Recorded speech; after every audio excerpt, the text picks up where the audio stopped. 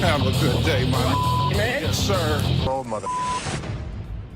Oh, man. Who the you calling him? Really? You the ugliest two sisters I've ever seen in my life. Just another day at the pawn shop where we've got a mix of decent customers and, well, some pretty pathetic ones. Take this guy, for example. He may seem all laid back, but is he really? What you got here? That's a watch my grandmother gave me. Uh-huh. Wow, this dude received a watch from his grandma, which is pretty sweet, right? But here's the thing. He's convinced it's solid gold and expects a fat stack of cash for it. Well, let's hook him up with the amount he's hoping for. Let's find out. 500. The problem is, the metal on it is just stainless steel. Well, the metal on it is just stainless steel, so that's disappointing. But how will this guy take it? Yeah, you see this discoloration on the side? No. You don't see the rose? Whoa, hold up. This dude just flat out rejected it without even taking a peek. Talk about a major red flag, am I right? Less than explain. In between the links were gold-plated. The gold plating had rubbed off. The watch had no value. And then this guy's like, can I get someone else to check it out then? Because Les shut down his hopes of getting any cash. Whoa, okay, Mr. Expert. This dude is seriously not happy about it. Value. It does have value. How about your chain? You want to pawn me your chain? Anyway, being the sweetheart that he is, Les brings in another dude for a second opinion, just to be fair. But what happens next is totally mind-blowing and straight up disrespectful. Brace yourself for this one. It's gonna shock you. Does this bozo know what he's doing? Well, I wouldn't really call him names. Seriously, this dude needs to chill and get a grip. I mean, who does he even think he is? Anyway, from that point on, things started spiraling down, and honestly, it's for all the right reasons. 500. Nothing. Stop being a bitch. Now, Les ain't about to tolerate any disrespect, and nobody should. And this jerk is about to experience a dose of his own medicine. And let me tell you, it's not a pretty sight. Check out what Les has in store for him. Give me my mother. Man, come over here and pick this bitch. Oh man, this dude is about to get serious flipping off, I kid you not. You know what goes down with idiots like him? They're in for a rude awakening. You, get him here. Let's go, my man. Have a good day, sir. Have a good Gotta admit, that was seriously hilarious. What did Les have to lose? Nothing at all. But this guy, oh yeah, he got exactly what he deserved. The man just couldn't stop with the curses. sir. Let yourself out. Let yourself out. Oh, you think this was intense? Well, hold on tight because you haven't seen anything yet. Fascinated by weapons, right guys? Guns top the list. Now, picture this. You invest all your savings in a pistol, only to find out it's a fake. Ouch, that's gonna sting. Watch how this man loses himself on realizing that he bought a fake flintlock for $800. What do we got? We have a 1763 French flintlock pistol. Okay. Benefits it? Absolutely. Corey is approached by a man with a cool-looking flintlock pistol. This dude wants $1 grand for this pistol. Who can blame him, guys? The pistol does tell some brave stories. This guy is so passionate about the pistol, such that he explains how the gun works. Isn't it always fascinating how people are so interested in these fields? So this man expects $1 grand from it, but things are gonna change soon. The specialist claims that the pistol only costs $75 to $100. Pretty unexpected, right folks? This crushed the man. He saw his life stuck for a while. He couldn't believe anything he heard then. The thing is a fake.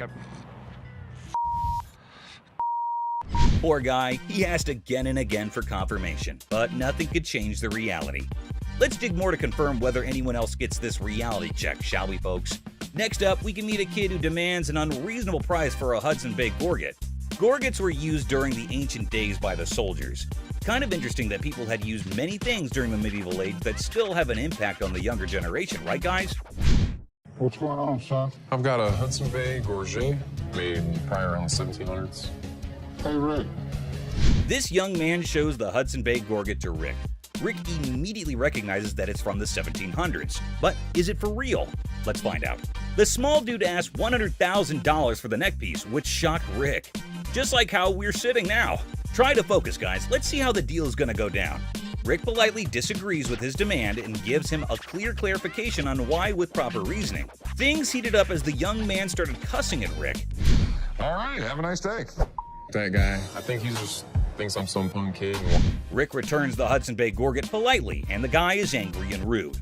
He finds his way out himself while cussing and being angry at Rick. See folks, realities are hard to swallow, but that's the way it works. Isn't it true, people? Things are getting more and more interesting as we dig more about these incidents, right guys?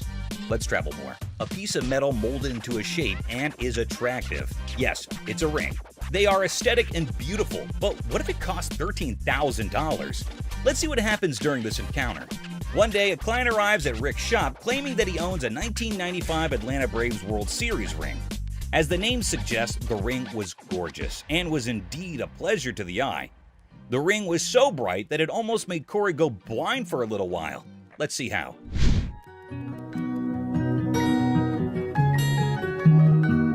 The ring was so fascinating that it captured the immediate attention of Corey and Chum Lee, and they identified it quickly. Sports enthusiasts, huh? They exchanged their knowledge about the game, then the ring. They instantly felt a connection because of their craze on sports. Let's see till when the connections last. I'm sure that the journey will be interesting. Let's go on. Corey and Chumley found something that suddenly changed that friendly atmosphere among them. Do you have at the ring? It's a staff ring. Okay. I know there's a huge difference in price between the staff. Yes, you heard it right. The ring didn't belong to the players. Instead, it belonged to the staff. Therefore, it's not the original player's ring. This made the client uncomfortable. They called down an expert to confirm the price and authenticity. Things are about to get more tense. Sit tight, guys. Client claimed that he expects $13,000 for the ring, but the expert confirmed that the ring only cost $800. Shocked, right? Then the client became furious and he claims that he's never going to return to the store for selling anything. He cusses the expert, Corey, and even Chum Lee. It's a portrait coin of Julius Caesar from the month before he got assassinated. Rome wasn't built in a single day. A familiar quote. What comes to mind? Julius Caesar, the most powerful ruler in history. Now, imagine someone claiming to have a coin with Julius Caesar's print, made just a month before his death. Even Rick was fascinated, eager to delve into the captivating details of this historical coin. A key addition, right? The man expects $4,400 for the coin, and initially Rick agrees without negotiations. But hold on, Rick consults an expert for a second opinion. Always better to consult before concluding, right? The expert drops a bomb. The coin isn't worth $4,400, but only $1,000. Devastating for the client. As they argue and bargain, hope for more cash on the coin dwindles. The client insults Rick, furious, and storms out of the store. What really happened? The mystery remains. Is Madonna's personal daily planner and phone book from 1988, filled with unbelievable phone numbers, dates, all completely handwritten by Madonna. Madonna's planner. Who isn't a fan of pop? Most of them are. The hype and fame are all real. What if there's a chance to own personal memorabilia of a legendary pop star of the 80s or 90s? Yes, we're gonna deal with the famous Madonna. Isn't that exciting, guys? A gentleman approaches Corey and Madonna's daily planner. Will the deal work out well, or will things go sideways? Let's find out. As the man approaches Corey, he's in hope that he can gain a reasonable amount through it. Corey proceeds to analyze the journal and realizes that it's the memorabilia of the legendary Madonna. Corey is thrilled and excited by the fact he just heard. As a fan of pop, he couldn't reject the item, but analyze it. He then continues to flip through the pages.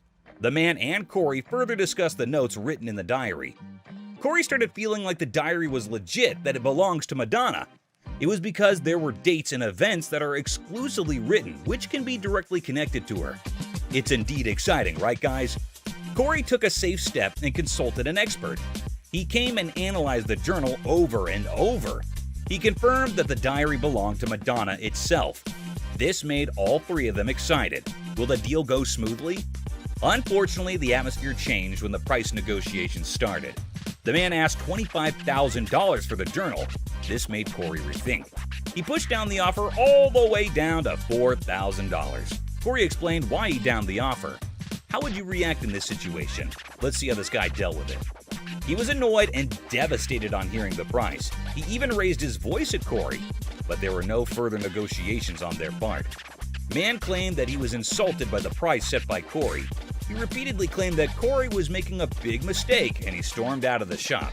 You think Corey made a mistake, or was it a wise decision? Clueless heist hijinks.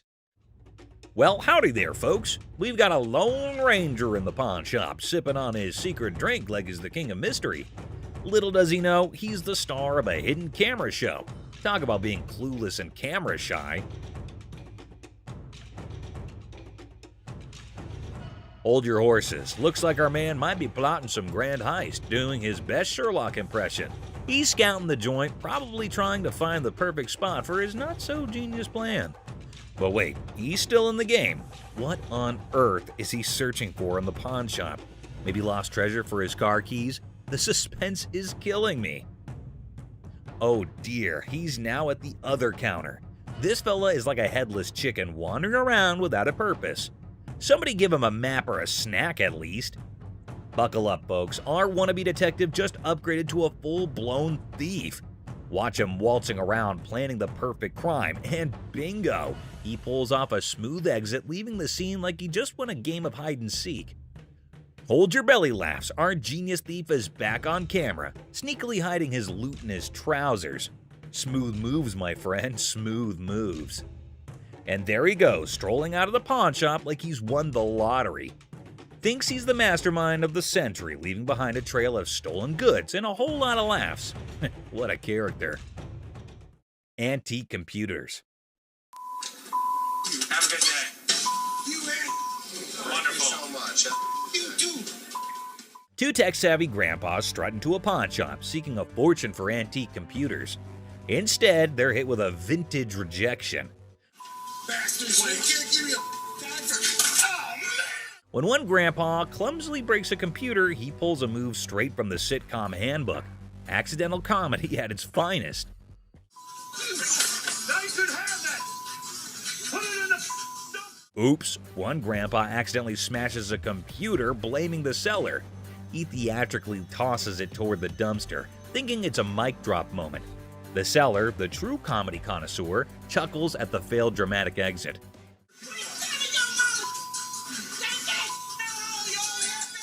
Here comes the queen of sass. A lady emerges roasting the old hillbillies and offering them an A-grade exit.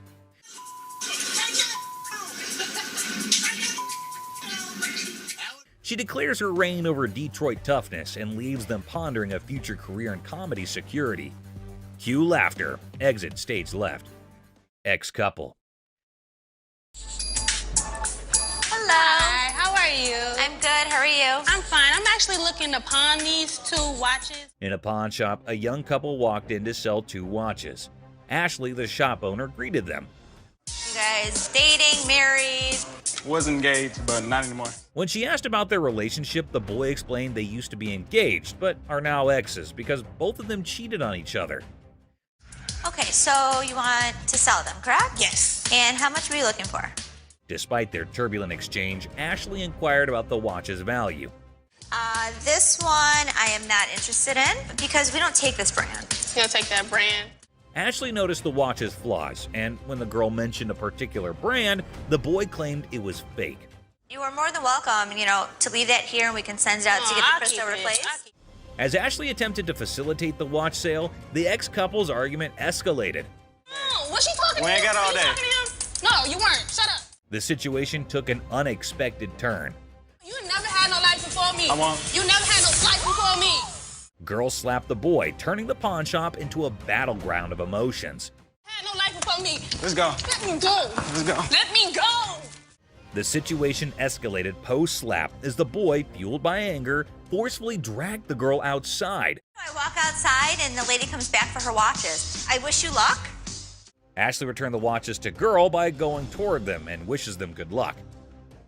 Shark costume.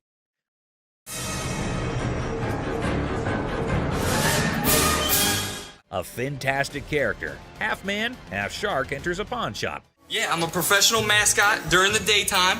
At night, I'm a dancer. Claiming to be a daytime mascot and a nighttime dance sensation. $800, that's all I want. This guy is so bizarre. Les, skeptical, questions the shark man about his $900 financial request, leaving the room stunned. Don't they have those in Halloween costume stores? Les dismisses an awesome shark costume as a Halloween costume, but Rick takes it on, turning the pawn shop into a makeshift underwater comedy club, despite Ashley's rejects due to an unpleasant odor. See? It works. $800. Les, a pawn shop owner, is captivated by a customer who demands $800. You're missing a speeder. Oh my God. But when he reveals his naked self, Les's jaw drops. Hey, where's Ashley going with the naked guy? Tom, between amusement and disbelief, Les performs the quickest eviction in pawn shop history, leaving the customer high and dry. Ching Chong TV. Girlfriend's about to fly back home without me. I have no money. It's the only way I'm gonna be able to go. Right. I want $200 for it. 200 for that? A hat-wearing kid strolls into a pawn shop, hoping to score $200 for his TV. The seller, feeling frugal, counters with a generous $15. What brand is that? Ching Chong. The boy, trying to lighten the mood, drops a Ching Chong brand joke, turning a place into a comedy club for skeptical sellers. 200 for that? Yeah. Never gonna happen. 13-inch TVs, I sell them for $15. Our persistent TV peddler keeps pushing for more cash for his 13-inch Marvel, but the savvy seller sticks to his guns at $15. Come on, please. I don't want to get stuck in a tray. The boy, desperate to impress his TV-loving girlfriend, gets sadder than a clown without his makeup. Girlfriend's about to fly back home without me. I have no money. It's the only way I'm gonna be able to go. Right. I want $200 for it. 200 for that? The seller, unamused, directs him out, ensuring love won't cost him more than $15 today.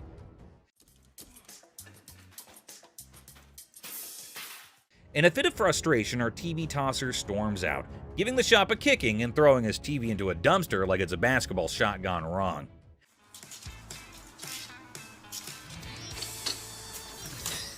The seller, shaken but not stirred, mutters, "Idiot," and commands him to exit. You're gonna make me leave? Pretty much. Get the f out of here. Get off my property. Asserting his control over the TV-tossing theatrics.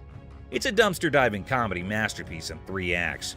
Hoping to pawn his rosary, claiming it was an antique. It's been passed down from generation to generation to generation. Now it's mine, and I'm trying to put you in the game with this crystal. Just because it's old doesn't make it a really valuable item, but it seems this man doesn't want to acknowledge that at all. So, how much can I get? Well, you can't get anything. 'Cause it's not diamonds, it's not gold, it's just crystals. Honestly, I think Les has said all there is that needs to be said, but we'll just have to, make things clear. He's got no other choice than to repeat himself. How much would you pawn this for? I won't take that in pawn because we only take precious metal. Well, this is precious. To you. To me. With his demeanor through this whole thing, it's pretty clear at this point that this guy's gonna be trouble. Work something out, man. No, I can't take it, I'm sorry. Well, I think you need to work something out with me, man. Trying to strong-arm the poor guy isn't exactly the right way to conduct business. Tell him it's antique, man. Nope, it's not antique, bro. I don't want to talk. Me and you. No deal. Deal. No deal. He's been introduced to the antique expert. Now it's time for the antique expert to introduce him to the door once again. I'm gonna talk about on the way out the door. Hey, hold on, man. Hold on, brother. Hold on, man. Hold on. I can leave on my own. Hey. This customer came in to pay off the interest on an item she's pawned earlier, even though it was way past the due date. How are you? I don't know. I'm about to see. Okay, so you want to pay off your interest today? Yeah. From how snappy she was being, it was only natural she'd eventually end up on Ashley's bad side. I owe. Okay, you owe $50.60. How much? $50.60. Where the that come from? The moment Ashley told her how much she owed, she went on a very huge rant in a fit of rage. I owe $50 for my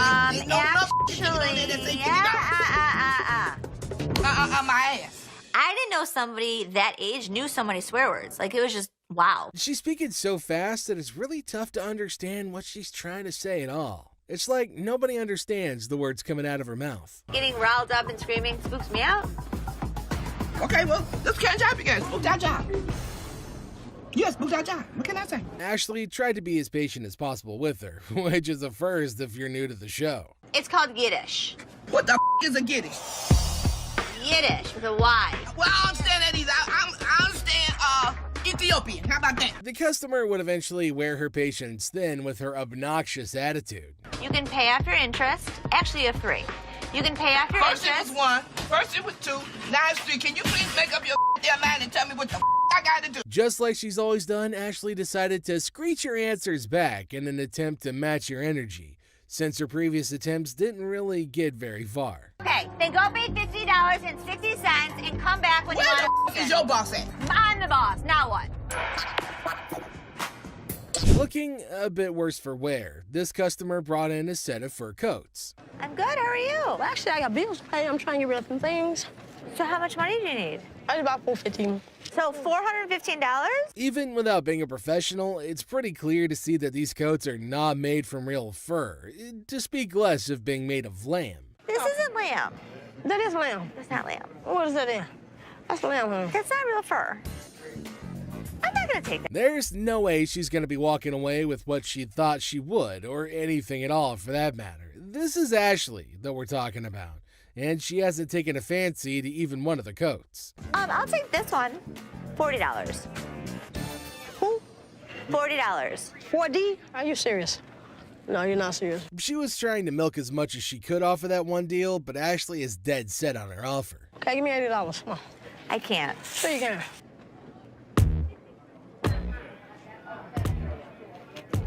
To make sure that things were cool, Byron decided to move closer, the big snuggle bear that he is. Big boy, I like big boys, yeah. You gonna climb up on you, huh? Yep. I say. Ooh, wait, don't get scared now. Come on, Red Ride with you, baby. Follow Big Daddy. Who's Daddy? Of all the customers he's met, this lady's probably the first one who's walked out of the store in a very jovial mood. Come on, keep your eyes on prize. Yeah, Prize, come on. baby. Took it. Yeah, Daddy. This customer was trying to sell a piece of jewelry that didn't exactly hit the specific weight to make him eligible to get the amount that he wanted to sell it for. It doesn't weigh enough for us to take it. That's a pretty bold request that he's made, especially to an employee of said store. He wants me to take my jewelry off and put it with his so I can give him more than $5. $5. I'm sorry. That's all we can go. We're just not interested. $5. We're not interested. Before he can hold everyone else up, Les manages to get him away from the window. Thank you. So I can't get nothing for it? Nah. Ain't nothing gonna work? We're not interested. Ain't nothing go with it. I don't know what else you got to go with it. I ain't got nothing to go with. I'm asking y'all for something to go with it. Instead of just getting out of the store after all their business is over, this man decided to take a seat in one of the chairs in the store, which is a big no-no. No, he can go. I can't get a little different lines. Hold on, man. Since he was being quite irrational, they decided to carry him out of the store, screaming and kicking. Can't get what I'm getting for. That's bull. That's bull. The customer decided to bring a stereo that she'd gotten from the store that wasn't in absolutely perfect condition like she thought it would be. You bought this here? Yes. We just want our money back.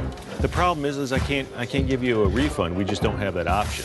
I can give you anything else that you want to use. It's not a problem. Things would have gone quite smoothly if the customer's brother, who decided to tag along, didn't try to complicate things. That's much more than that, man. That's not cool, man.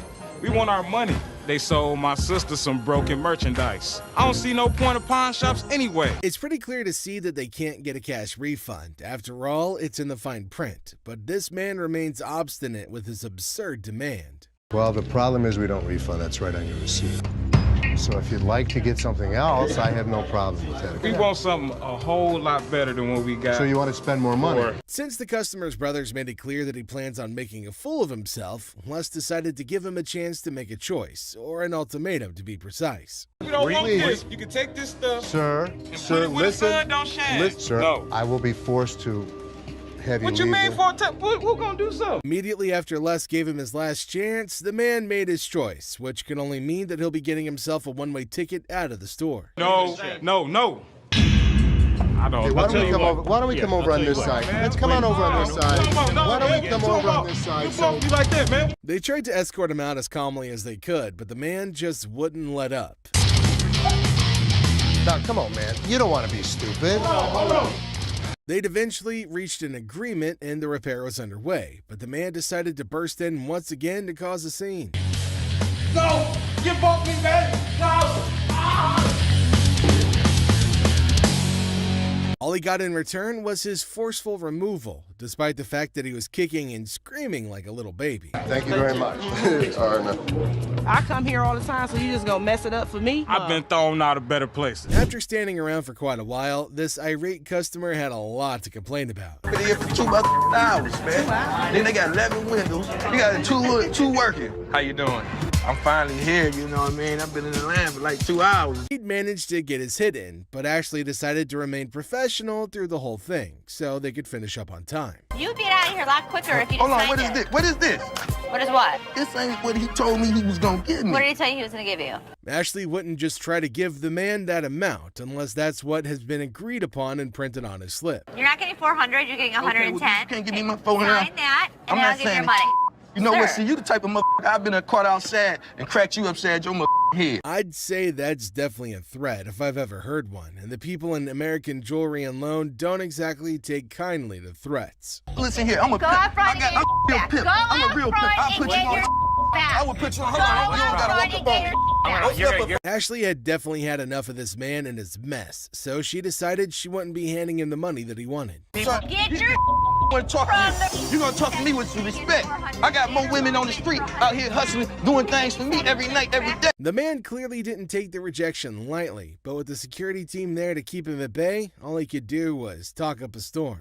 How y'all gonna put me up out this man? You feel what I'm saying?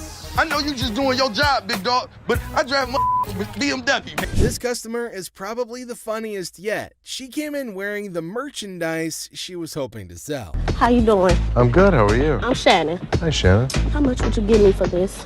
How much you want? At least 1,000. Les's offer seemed quite little to this customer, who exclaimed greatly just to show his displeasure with the amount offered. I can give you 100. 100 for this coat? I want more than 100. How about 100? How can she expect him to trust her judgment on the price? She doesn't even have an inkling of what the coat is really made of. Ma'am, You got me up. it's Fox. This is a rabbit, a bird, whatever the I want it to be. They decided to just troll her as hard as they can because they could. You gonna give her more than $100 on that? I'm gonna give her more than $1. What the $1? Hell. Who the is he? He's my fur expert. The lady refused to take this blatant rejection well, so she protested against it, causing a scene in the process. You my security too? There you go. Oh! Y'all don't know who y'all with up in here. Bobby J had to attend to these customers who were in the market for a ring. I'm gonna pose my boyfriend. Tomorrow's our 6th anniversary, 6-year anniversary. Really? Yes. With jokes being thrown around and the likes, you'd have thought things might just end differently from the others this time. Okay. So what size? Do you know the size that he is, or ring-wise? Oh, I thought you was talking about that size. I was like, that is too personal now. No, I'm not. Bobby tried his best, putting them through as they went round checking the set of rings they had available at the store. Now I gotta practice now. I'm gonna pretend like I'm close to you, okay? Oh. That's pretty uncomfortable, but for the grind, Bobby had no choice other than to offer himself up. Now, Tay-Tay, we've been together for a while. Will you marry me?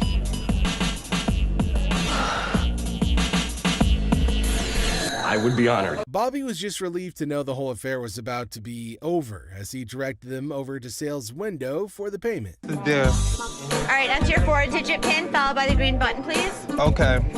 Decline. It's declined.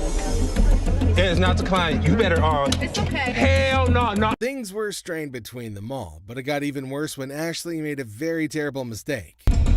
No, look. Your ass is gonna give me that ring. Sir, listen. Sir.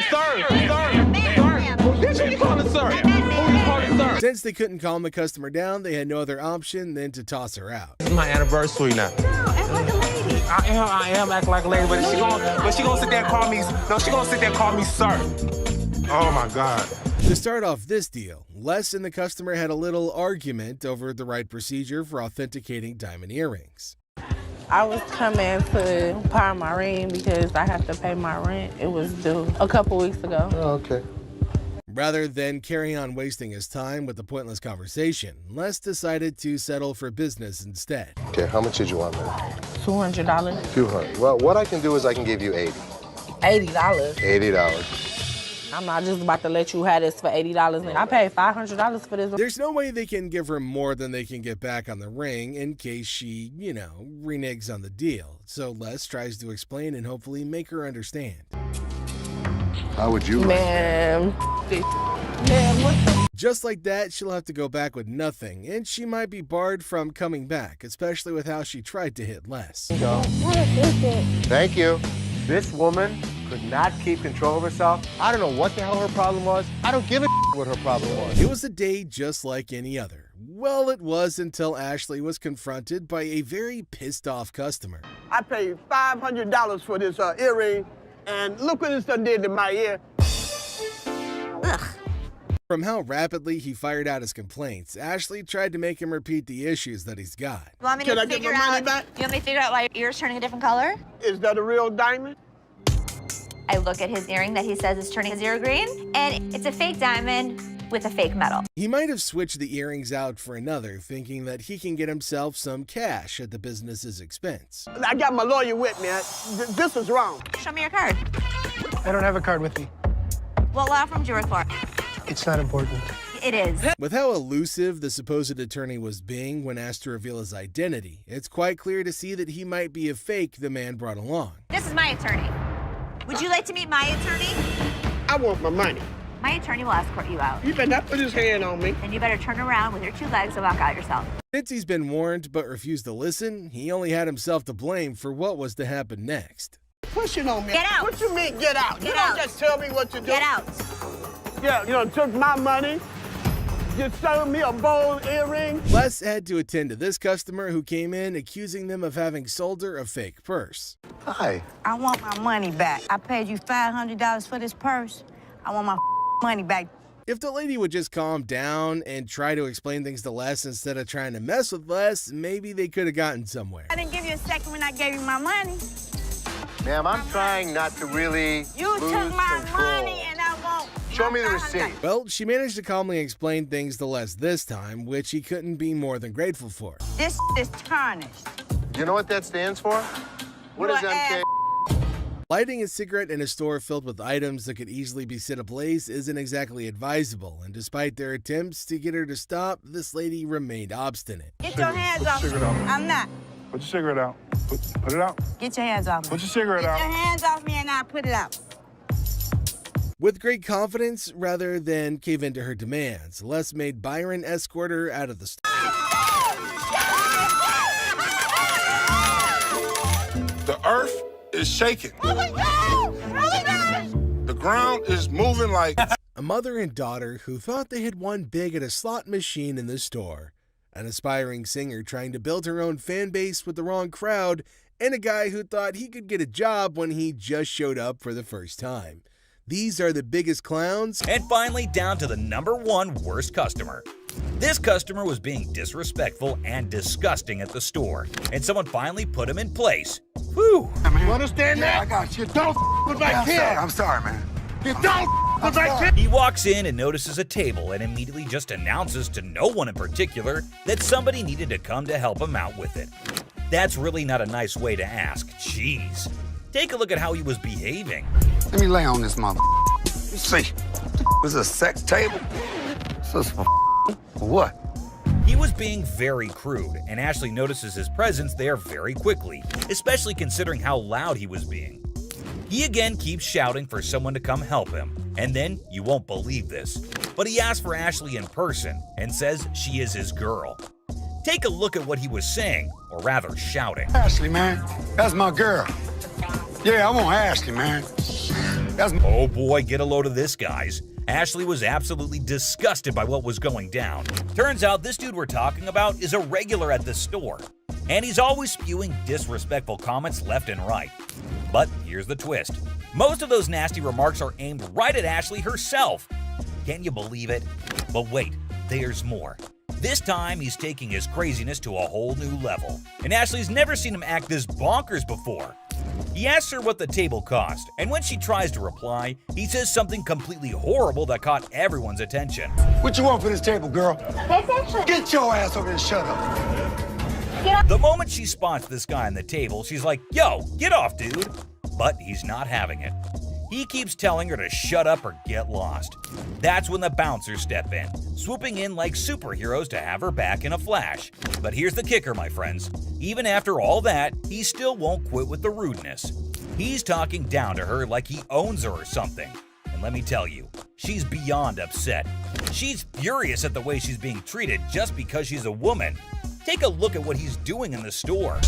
No. No, you be Josh. quiet. Look, come this way, baby.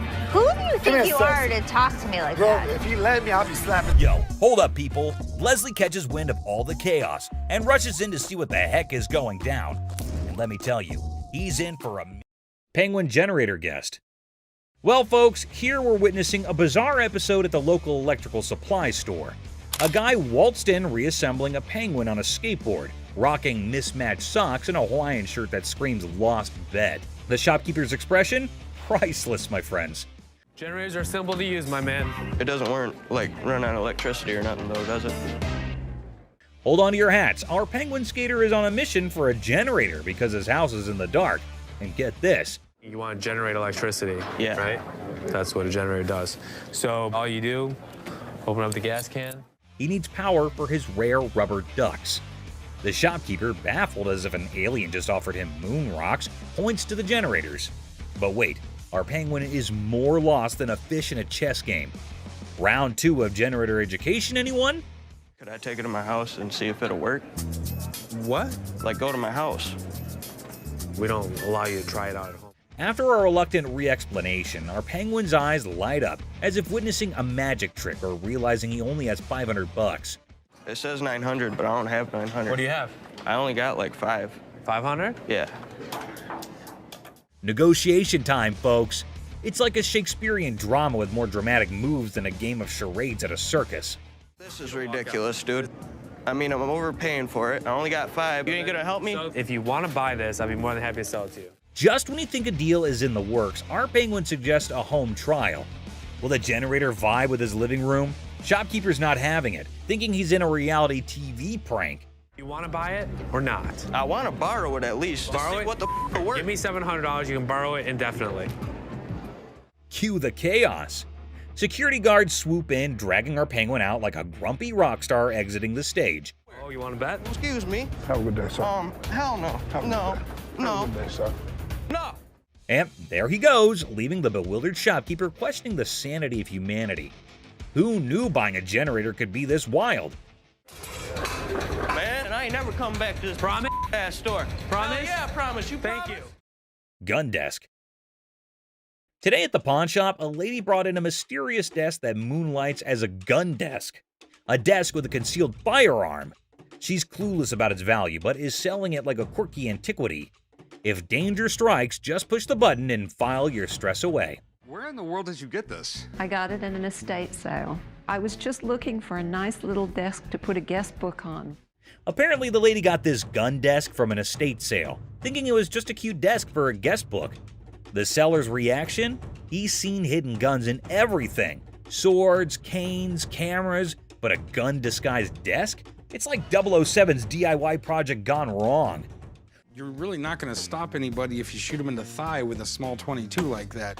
Well, it's not even a regular 22. It's a 22 short or something it looks like. The pawnshop seller, baffled by the antique gun desk, insists on a buddy inspection to verify its age. The buyer, eager for the coolest desk ever, is like, where's the gun though? Antique furniture shopping needs gun control comedy. This thing is a gun. You press there's the trigger. That falls down, hits the hammer. The bullet flies out this way. The second seller is utterly perplexed by the gun desk, questioning its practicality. He's pondering who would buy a tiny desk with a hidden firearm. Meanwhile, the buyer's probably thinking, well, it's the perfect desk for a high-stakes game of hide-and-seek. The other thing is, I don't know how old this thing is. The seller delves into firearm logistics, explaining the pre-1898 loophole and the concealed weapon twist. Meanwhile, the buyer's probably regretting not majoring in antique desk forensics. Okay, it's one to have a gun, but now you have a concealed weapon because it's a hidden gun. Have you had it apart? Yes. The seller navigates the murky waters of antique gun regulations. The buyer, eager for a legal loophole, contemplates turning the gun desk into a non-threatening relic. Antique fire drama at its finest. Thanks for bringing it in. Oh, you're welcome. I really wish I could have bought this because the odds of another gun desk coming in here are slim to none. Karen attends to a couple who come in looking to buy a ring. Can I try it on? You sure can. It's like that. beautiful. The lady seems to think the ring isn't the right fit, so she asks to see more before she can make her choice. What about the color and clarity? It's a white gold band. You're looking at about a carat. Karen, being as helpful as she can, tries her best to give the details of the ring the lady picked. However, she seemed a little bit unsure with the way she was explaining, so Ashley approached with the hopes of helping. Yeah, it's round stones.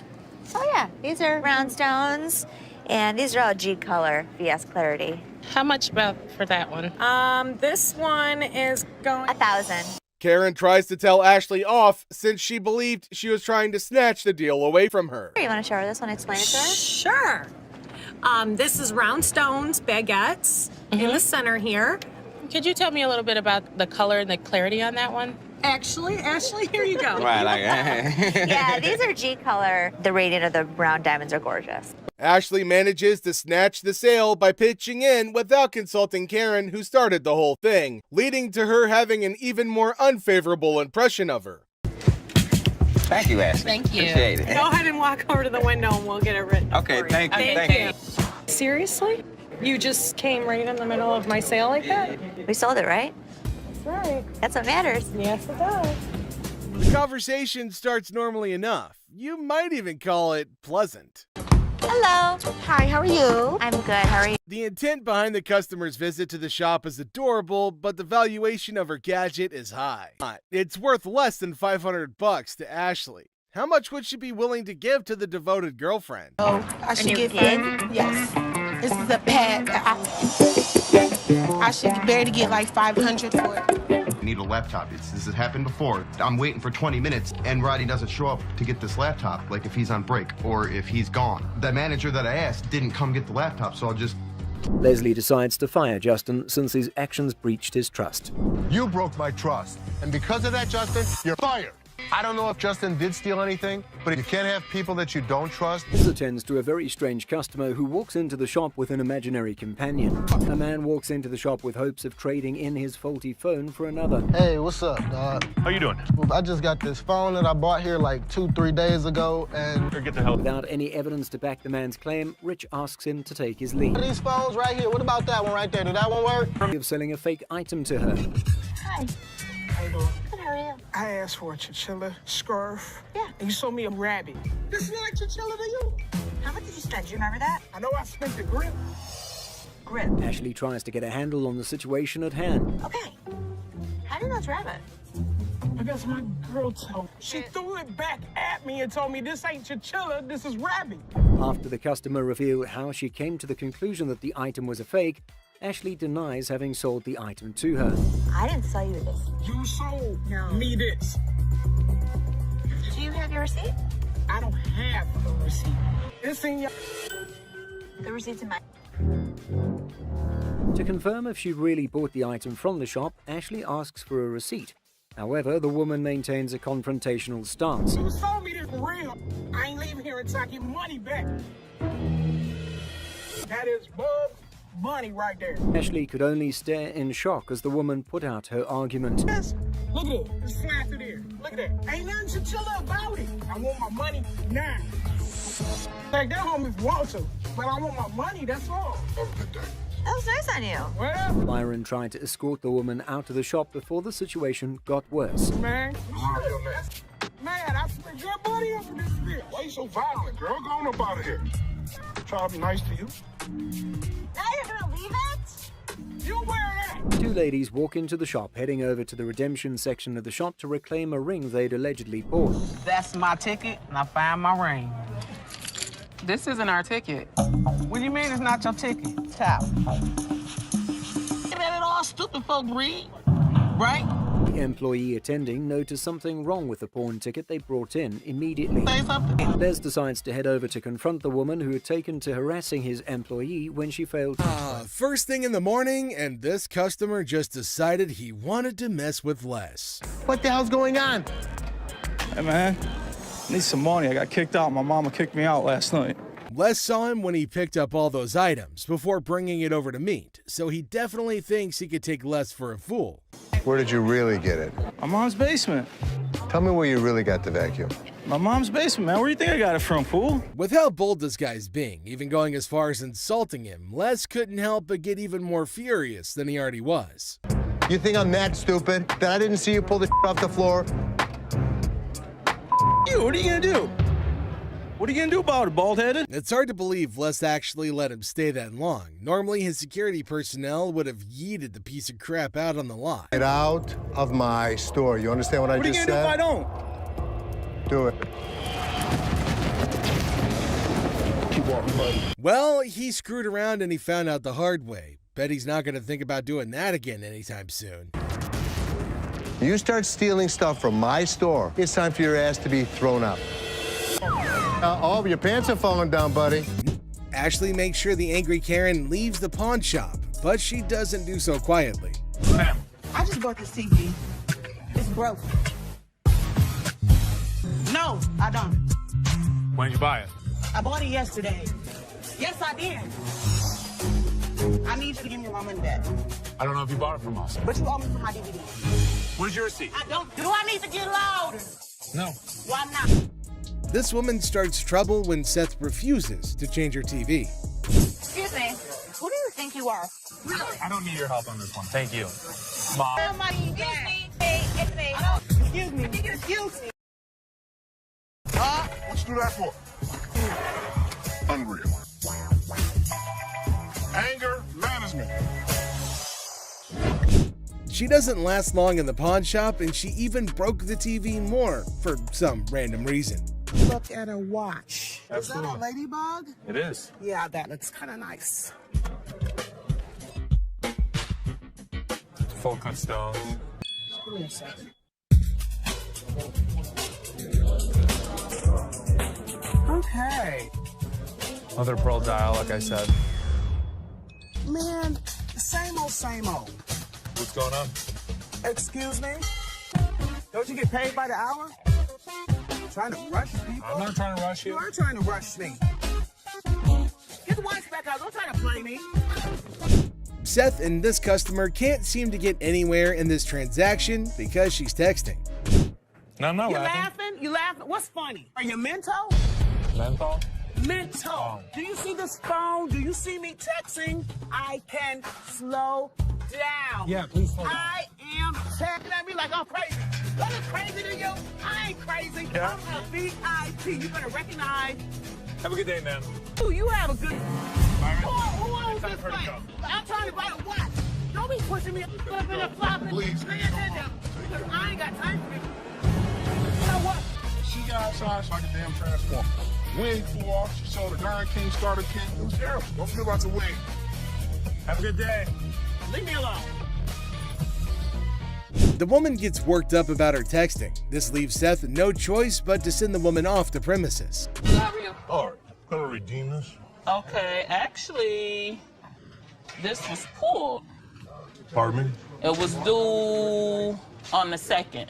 No, I'm here to pay it right now. I know, your loan is only for 90 days. So What are you talking about? If it's out there, then we can work from there. Look, seriously, come on, why don't you just give me the TV back so I can Yeah. leave, all right? Yeah, I'm getting a little aggravated. I'm sorry you're getting... I'm ready to, it's You're just, ready to what? Just get pissed off. All right, I'm not... Seriously, no. Seriously. Yeah, seriously, I want to just get it over with. What are we going to get over with? I want to get my TV. What you can do is you can go buy a TV. You know what, I'm getting... You sound just like him. I'll put a big-ass fire in the street. I'll make up signs. Well, American jewelry alone sucks. Looking like Nick Nolte after hanging out with Charlie Sheen for 3 nights. I don't swear, man. The guy wants his TV back, but he's past due. And it's really hard for this delusional man to... Me. Have a good day. I'll be back. The irate Karen tries to take matters into her own hands, but ends up getting thrown out instead. Hello, my wife. Oh, y'all don't want to... She's gonna try to take a cone because we won't give her TV back. I think that's an even trade.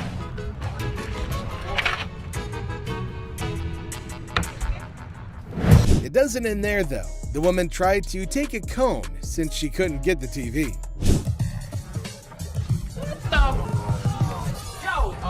Yo, what the hell like this when I brought my boy in here? What's up with all these little scratches and boy? Can you please get some Windex? You go get me some other Windex and some tissue and let's do right. And wipe my laptop down. You better give me that Windex. They not doing that. Yeah, I couldn't believe she was going off because her laptop had a couple of spots on it. She probably missed her breakfast. Oh, stop, man. Come in here like that, dog. You looking all retarded and you stupid on Hey. You ain't gonna walk up on me. Get out of the way. You want Delusional customer rains insults on Joe when he can't help her clean her laptop. you crazy. You don't realize who you messing with. I see you again. I'm gonna hit you on my truck. You clown. Look at this. All this dust and stuff. This my sponges and I shouldn't even have to do that. You think I'm gonna do business here again? Hell. When I was standing out there and I kept telling you to move away, you're walking back at her? Why are you doing that? Get away. When that happens, remove yourself. Be professional. The crazy woman is shown out of the store and Les shows his disappointment to Joe. Mechanical bull. Ah, the good old days of Wild West bull riding and rugged cowboys. Some dude missed the memo that it's not exactly the trendiest scene nowadays. Time to catch up, y'all. Going for a ride in my parking lot, or what are we doing? Let's have a little fun, girl. We're trying to sell our mechanical bull. Why do you have it? A Western-themed restaurant bar before, and that was the theme. We put the bull into the bar. Well, slap on those cowboy hats. We got ourselves a scene here. But seriously, who's taking bets on whether they can wrangle a decent price for that rodeo-style bull riding? Let's say you were to buy these brand new. How much do they cost? They cost around $15,000 to $20,000. How much do you want? $15,000. So if I was to buy this brand new or buy this used from you, it's the same price. Rental companies rent these out for $750 a day. There's a lot of revenue potential. Ah, man, sad to see these alpha men taking back their bull home. But folks, hold on to your hats. Maybe Ashley has something else in her mind. 3,000 right now. 45. 31. 39, you pack it up. That's my bottom dollar. 34. I can't do it. Sorry, good luck. Dr. Death's van. Step right up, viewers. You've heard of Dr. Death, but today's highlight is the van that spotlights as the ride for assisted suicides. Because nothing says vacation like a one-way ticket, right? This is a 1968 Volkswagen van owned by Dr. Death, Jack Kevorkian. By Dr. Death. This is the actual van that he did his first and several other assisted suicides in. Jack Kevorkian was an iconic figure in the city of Detroit. We're not aiming for a Valley of Chrome farewell tour this time. Mr. Big Bucks here wants a six-figure sum. Brace yourselves, because Les has his few concerns all queued up. It is a piece of history. I like buying weird. You won't find another one. The problem is, it doesn't make sense to spend six figures on something like this for me. Well, you either love it or hate it. But I love it. This is definitely a piece of Detroit. A van oozing that delightful combo of creepiness and death vibes. So legit. However, why not throw in another expert opinion? Let's see how that went. So 10,000 ain't gonna buy it. No, I'm in the six-figure range. 20 grand? No. 25 grand. 30 grand. 50 grand? 30. One time. 50. 30 cash right now. Bizarre bikini. Check out this granny of the century who strolls into the pawn shop with an elderly figure that has a lot to do with, I don't know. You have a look and maybe you decide. Which is the doll? I heard that. I'm undressing her. What can I say? A really nasty-looking woman, but a very cool item. Yep, that's about accurate. You just saw a long-legged granny in a bikini. All the efforts are done in the name of art. However, our granny here invested in this model. How much did you want for this thing? I'd like to get $500 for it. This thing is art. It's a very cool item, but not for that price. She's really cute. I mean, she's really fun to look at, but it's not going to be even close to 500 bucks. Never mind, that was gonna be a deal breaker. Unless Les had some more quotes to add to the art piece, this stirs things up for the selling mix. Here this woman was playing my game, and I was losing. 200. 190. I'll take it. Will he stop? Okay, schlep it home. You know, I heard my dad saying it wasn't worth the extra $10. Bull. She wants 200. Welcome back to our channel, guys. No, let's go. Man, let me go. Let me go, man. Let me go. I need my money. What you so mad for? Go ahead. Man, they took my money, man.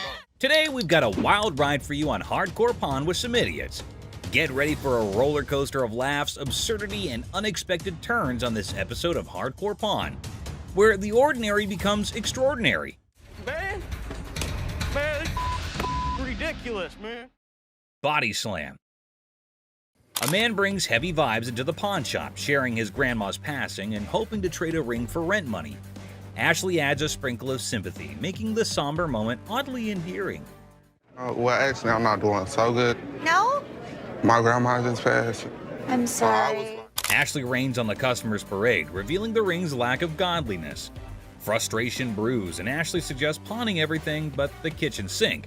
The struggle for value turns into a financial comedy sketch. It's not real gold. So you saying it? Basically, y'all sit up here and waste my time talking to you? You didn't waste your time. Ashley, usually the pawn queen, battles a customer storm. The ring debate escalates into a shouting match. I'm trying to help you solve your issue. What you mean? What you I'm mean? trying to help you solve your issue. Lower your voice. The customer wants quiet. Ashley wants value. The result? Pawn shop opera in full swing. Don't tell me what to do. Don't put your finger in my face. Don't put your finger in my face. Enter Byron, the pawn superhero. Ashley's yelling fest transforms into a tag team wrestling match. No, let's go. Man, let me go. Let me go, man. Let me go. Bitch, I'll be back. Byron takes center stage, slamming the customer out the door like a disgruntled WWE star. Let me go. Man, y'all got me. It's a pawn shop drama with a security twist. People come in my face all the time and people like scream at me. Nobody's ever touched me. A $3 bill. Hi, excuse me. Yeah. Hi, I'm looking for a watch, maybe about $100. I got $100 to spend. Well, look at this drama unfolding in our favorite pawn shop. A woman struts in like she owns the place. The owner, trying to impress her, showcases some bling, and she's all ears. It's like a weird dance of possessions. That's really pretty. It's really Looks pretty. good on you. It was 100. 100. I'll take it. Okay. Things are heating up. The woman, feeling all high and mighty, wants the pricey watch. Negotiations are on, and after some back and forth, she says yes. Cash time, right? Wrong. Now we add tax on that. It's gonna be 106. All right. Here. Hold up, the plot twist is here. She pulls out a gift card worth $100 and thinks she's the queen of the Pawn Palace. The owner's face? Priceless. She's like, lady, are you serious? These are not our gift cards. What would you call it? These are preferred customer. No snap. The owner ain't buying it. He accuses the gift card of being faker than a $3 bill. Trauma alert. The woman's in denial, insisting it's legit. This is better than a soap opera. Fly $100 on it. That is not our gift card. And now, ladies and gentlemen, we've got a full-blown showdown. The owner versus the woman. It's like a bad reality show. She's trying to swipe that card. He's not having it. Cue the verbal fireworks. Okay, I'm not about to lose. Hold on one second. Let me explain this I'm to her. not about to lose. I want the watch. Turn around and swipe. The tension is thick, and so is the irony. The woman's yelling, the owner's smirking. It's like a comedy sketch gone wrong. This fight is going in circles, and I'm here for it. You the ugliest two sisters I've ever seen in my life. Finally, someone with common sense. The owner kicks her out like he's escorting a misbehaving guest from a party. She's asking for directions like she's lost. Well, she kind of is, lost in her own questionable choices. No, I'm gonna get my money. Hey, Byron, show her where the money's at. My money. He's gonna show you where the money's at. As she's thrown out, she's hollering about fraud and wanting her money back. Lady, you tried to pull a fast one, and now you're left with nothing but echoes of your failed scam. Better luck next time, or not. Go ahead. They took my money, man. Somebody want $100. Penguin generator guest. Well, folks, here we're witnessing a bizarre episode at the local electrical supply store. A guy waltzed in reassembling a penguin on a skateboard, rocking mismatched socks and a Hawaiian shirt that screams lost bet. The shopkeeper's expression? Priceless, my friends. Generators are simple to use, my man. It doesn't run on electricity or nothing though, does it? Hold on to your hats. Our penguin skater is on a mission for a generator because his house is in the dark. And get this. You want to generate electricity, yeah, right? That's what a generator does. So all you do, open up the gas can. He needs power for his rare rubber ducks. The shopkeeper, baffled as if an alien just offered him moon rocks, points to the generators. But wait, our penguin is more lost than a fish in a chess game. Round 2 of generator education, anyone? Could I take it to my house and see if it'll work? What? Like go to my house. We don't allow you to try it out at home. After a reluctant re-explanation, our penguin's eyes light up, as if witnessing a magic trick or realizing he only has $500. It says 900, but I don't have 900. What do you have? I only got like 5. 500? Yeah. Negotiation time, folks. It's like a Shakespearean drama with more dramatic moves than a game of charades at a circus. This is ridiculous, dude.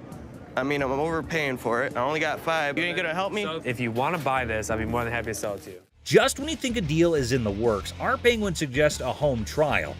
Will the generator vibe with his living room? Shopkeeper's not having it, thinking he's in a reality TV prank.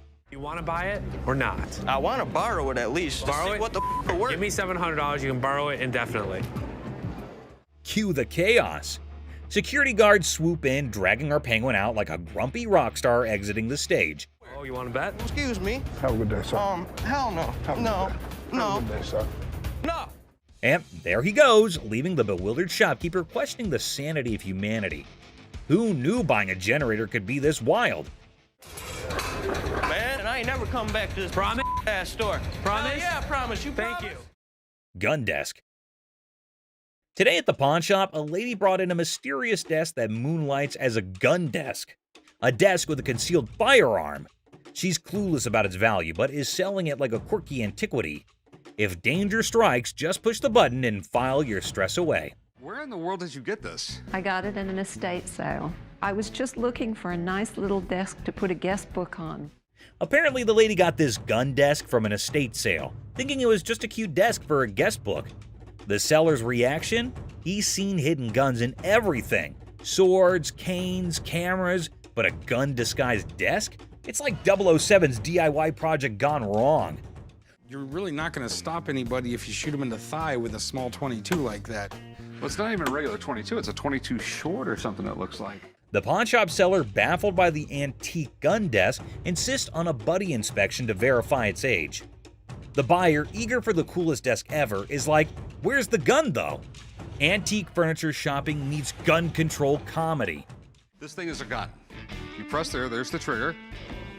That falls down, hits the hammer. The bullet flies out this way. The second seller is utterly perplexed by the gun desk, questioning its practicality. He's pondering who would buy a tiny desk with a hidden firearm. Meanwhile, the buyer's probably thinking, well, it's the perfect desk for a high-stakes game of hide-and-seek. The other thing is, I don't know how old this thing is. The seller delves into firearm logistics, explaining the pre-1898 loophole and the concealed weapon twist. Meanwhile, the buyer's probably regretting not majoring in antique desk forensics. Okay, it's one to have a gun, but now you have a concealed weapon because it's a hidden gun. Have you had it apart? Yes. The seller navigates the murky waters of antique gun regulations. The buyer, eager for a legal loophole, contemplates turning the gun desk into a non-threatening relic. Antique buyer drama at its finest. Thanks for bringing it in. Oh, you're welcome. I really wish I could have bought this because the odds of another gun desk coming in here are slim to none. Super Bowl ring. Walked into the pawn shop like a Super Bowl champ flaunting a ring fit for the football gods. The seller's dreaming of a touchdown deal at $22,000.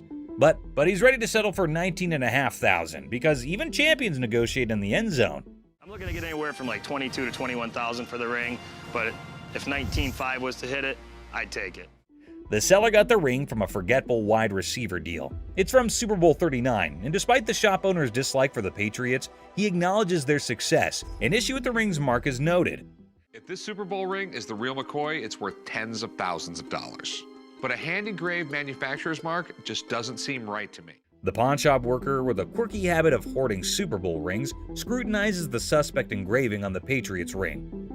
The seller's mid-20s price tag meets skepticism as the shop owner delays, realizing this ring's authenticity quest might need more detective work than expected.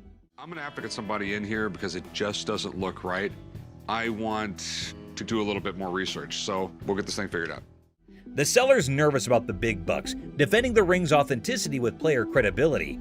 The pawn shop worker, still skeptical, calls in an expert, and in walks Jeremy, the ring detective, ready for some bling investigation. Now, rings that are given to players are far more valuable than if they're given to a front office staff member or something. The expert, dropping knowledge on the 04 Patriots ring, relishes Eagles' losses. He educates on the ring's bling, emphasizing player rings' value, and highlights the counterfeit struggle. The pawn shop now is a sports memorabilia professor. Usually you would see that not only in a different location, but it looks to be actually hand engraved rather than actually out of the machine. The expert dissects the Jostens mystery, noting hand engraving and unique features. Despite the unconventional markings, he vouches for the ring's legitimacy. The 04 Patriots bling gets a 100% authenticity seal, and the pawn shop rejoices in a victory for sports memorabilia truth. They actually had to have somebody laser engrave each and every ring. So this ring is 100% legit, and it's pretty awesome. Sweet. The appraisal moment arrives, and the expert places the 04 Patriots ring in the high demand category, estimating it between $30,000 to $35,000. Super Bowl rings from players such as this sell from about $30,000 to $35,000. Nice, nice. The seller, aware of economic woes, starts at $22,000, but the pawn shop owner, considering the long wait, bargains at $18,000. Negotiations roll with a counteroffer of $21,000, reminding the seller you don't have anything like this in your showcase. The ring dance continues. I go 21. You don't have anything like this in your showcases. I know you have a Patriots ring, but you don't have that Patriots ring. After intense haggling, the 04 Patriots ring lands in the pawn shop owner's possession for $20,000 cash. Family banter erupts over the new addition, turning it into a $20,000 paperweight threat. The ring battlefield unfolds. I'll give you 20 grand. Pass. 20 grand. Cash. $100 bills. Just because I need a Super Bowl ring for every one of my fingers. Deal. Deal. All right. German spy camera. At the start, the speaker enters a pawn shop and introduces the item, a 1950s German spy camera reminiscent of something out of Inspector Gadget. The brief mention of Inspector Gadget adds a touch of intrigue and playfulness to the scene. So how's it work? You adjust these little dials here depending on what you're trying to take your photo of. The focus shifts to the camera itself, identified as a MINS 3. The speaker highlights its compact size, likening to a cigarette lighter. If you give a 10-year-old a camera and say it's not just a camera, it's a spy camera, it probably got you out of your parents' hair for a couple hours a day. Oh, yeah. The customer expresses the purpose of their visit to sell the 1950s MINS 3 spy camera. The stated price expectation is around $150, indicating the perceived value of the vintage device. With all this on there, it makes it completely illegal for me to have anything to do with it. Chopper loan negotiation. So how can I help you? Yes, I got this. I can help him. I got it. How do you think you know more about silver than I do? I know how to price it. I know exactly how to. In a high-stakes confrontation at a jewelry counter, emotions flare as two individuals argue over expertise. Tensions rise with each claim about pricing silver, creating a chaotic scene. $30,001. No, it's not the $1. 30 grand. I'd like to say yes. Listen, 40 or 20. Let's flip a coin. The scene shifts to a pawn shop where negotiations over a custom-made chopper motorcycle take center stage. The owner seeks a loan, facing financial struggles and desperate circumstances.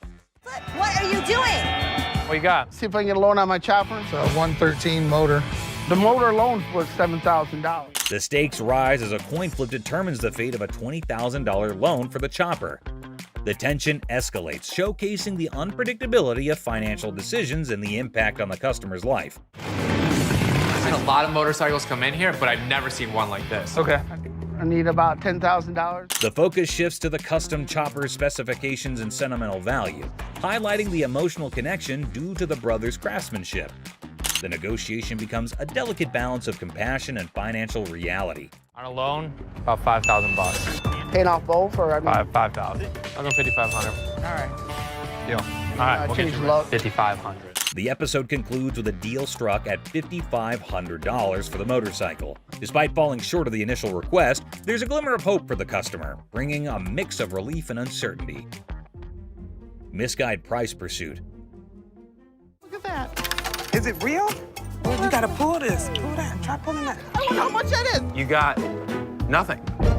Two black women enter a pawn shop and discover a game machine. Excitement turns to disappointment as they realize it's for entertainment only, not for winning real prizes. This is a toy. That's a toy. It's a toy. This is here for the girl. I'm the man. Nice. You're not gonna get it. The atmosphere intensifies as the women express their displeasure, demanding a prize from the machine. The situation escalates and the guard steps in to address the misunderstanding. Let's go out. Let's go. Well, just keep walking, man. Keep walking. Don't tell me what's going on. Come on. Y'all out of order. The conflict peaks as the women continue to argue for a manager's intervention. The guard ultimately expels them from the pawn shop, concluding the incident. Bubble hockey. Bubble hockey. Detroit Classic. I'm thinking $2,500. How much did you pay for it 10 years ago? $3,500. A pawn shop encounter unfolds as a customer eyes a bubble hockey game. Negotiations kick off with the customer seeking $2,500, but the pawnbroker questions the value. Under $1,000. Maybe we work out a little game. Winner gets the price. 900 if you win, 500 if I win. Oh, can't do it. The negotiation continues with the pawnbroker proposing a lower price, suggesting a gaming duel to determine the final cost. The customer hesitates, seeking a higher amount. $100 out of this thing. 16 you win, 400 I win. All right, I win $1,600. The game begins and the customer dominates the bubble hockey match, securing a convincing victory. The pawnbroker acknowledges the expertise and adjusts the evaluation accordingly. Let's go. I know I'm gonna win this bet. These aren't those $1,200 ones? The conclusion sees the pawnbroker acknowledging the high value of the game, recognizing it as a genuine classic worth $2,500. The customer prepares to complete the transaction. Wrestling trunk triumph. We have a champion item for you today. I think I got your new bathing suit over here. I don't think that's my size or my style. The episode presents champion-level memorabilia, wrestling trunks worn by Titus O'Neil during Money in the Bank. Banter between the pawn shop staff sets a lighthearted tone.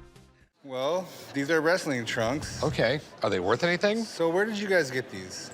From a buddy of mine shortly after the show. Negotiations unfold as the seller details the trunk's origin, worn by Titus O'Neil and his college football background. Price discussions ensue, involving humor and strategic bargaining. Oh, how much are you looking to get? 1,800. Are they worth that? What do you think about 800? What about 14? Money at $1,000. Go for it. You have a deal. All right. Okay. The negotiation reaches a climax as Chumley proposes $800, leading to a amusing wrestling-themed banner. The final agreement settles at $1,000, and the seller agrees to the deal. And you sure this is like real and everything? Yeah. But you're sure they're real? 110%. Concerns about authentication arise, with reassurance that the trunks are genuine. Rick, the pawn shop owner, decides to break even on the purchase and seeks dinner in return.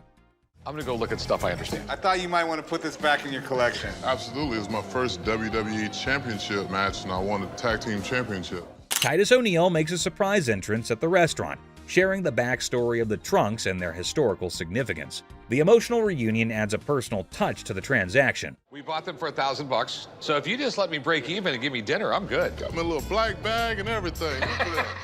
The episode concludes with Titus O'Neil expressing gratitude, and the pawn shop staff excitedly anticipates dinner. The atmosphere remains lighthearted, emphasizing the unique experiences of the pawn shop. Gunfire and negotiation. And it was handed through the generations to me. What are you trying to get out of it? I'm looking for $50K. 50,000. 50,000. Corey introduces Alex to Craig, who has a fascinating antique wheel-lock gun. The guys are amazed by its rarity and history, and Alex is about to share some cool facts. Man, this is stunning, dating from about 1600s. I've never seen anything like it before, but he's asking $50,000. Alex dives into the history of the wheel lock, revealing it's a German-made firearm from the 1600s. Craig is nervously considering a $50,000 price tag. Alex suggests a test at the range. Yeah, this is special. I love this wheel lock. And you still want 50 grand for it? Absolutely. After research, Alex discovers that the gun belonged to a Prince Archbishop's personal guard. The guys head to the range for a nerve-wracking but successful test, and Craig's asking prices discussed. Nice! What do you think it's worth now? I think it's $40,000. In a quirky twist, Corey notices devil emoji targets for a gun designed to protect a Prince Archbishop. The gun fires impressively, and Alex estimates its value at $40,000. Not as easily as I could do 30. I would go 32.5. We'll lose it over that. We'll do 32.5. The negotiation begins with Corey expressing admiration for the unique gun. After some back and forth, they settle on $32,500, striking a deal for the exceptional wheel lock gun. Churchill letter. A historical dealer brings a Winston Churchill letter to the pawn shop. The seller's writing? Not so great. But hey, it's Churchill, and the drama begins. I have a Winston S. Churchill typed letter signed. Okay. A quirky twist. Churchill wrote to a food writer about a paperweight from Benjamin Disraeli. The pawn shop team dives into the historical circus, paperweights and all. Enter Steve, the expert, unraveling the mystery of Churchill's signature. The magnification saga begins, complete with ink flow discussions and hilarious attempts to decipher the genius's handwriting. A surprise appearance by a 1968 Jack Kevorkian Volkswagen van shakes things up. The chopper deal is done, but now Churchill's letter gets a comedic price tag dance. Negotiations, magnifications, and laughs galore. The thing I do like about this is it's got the writing on it, and I would put the value at the high end of that scope, so probably about $1,500. The final act, the pawn shop owner, a smooth talker, bargains down to $1,200. The deals are sealed and everyone heads off with laughs, paperweights, and probably a newfound appreciation for historical handwriting challenges. I think 1,200 sounds good. All right, it's a deal. Thank you, Mr. Harrison. Meet you right over there. We'll do some paperwork. Goofball. Our tale kicks off with a grinning goofball strutting into a watch shop, exuding joy like he pulls out a crumbled $2 bill. The shopkeeper holds back laughter, educates him. That's $2,000, sir. You can practically see the gears in the guy's noggin spinning, desperately seeking a way out. Anyone up for a cash exchange? He suggests, madness twinkling in his eyes, for a victim of too many cartoons. In a wild finale, our hero with a mischievous grin hurls absurd insults like, "You're chunky with a giraffe-like neck." The bewildered shopkeeper calls in the guard. Enter the guard, booting out the funny guy, leaving the shop in stitches. Have a good day. Big Mouth is hungry. Unexpected drama. Strap in for a wild pawn shop ride. A lady steals the spotlight, but surprise, Mr. Sneaky tiptoes in for a bear hug, sparking unexpected drama. Gasps echo as the leading lady jumps, but it's just a playful fella. Great day in American jewelry. Laughter erupts. Who knew a pawn shop could be a comedy club?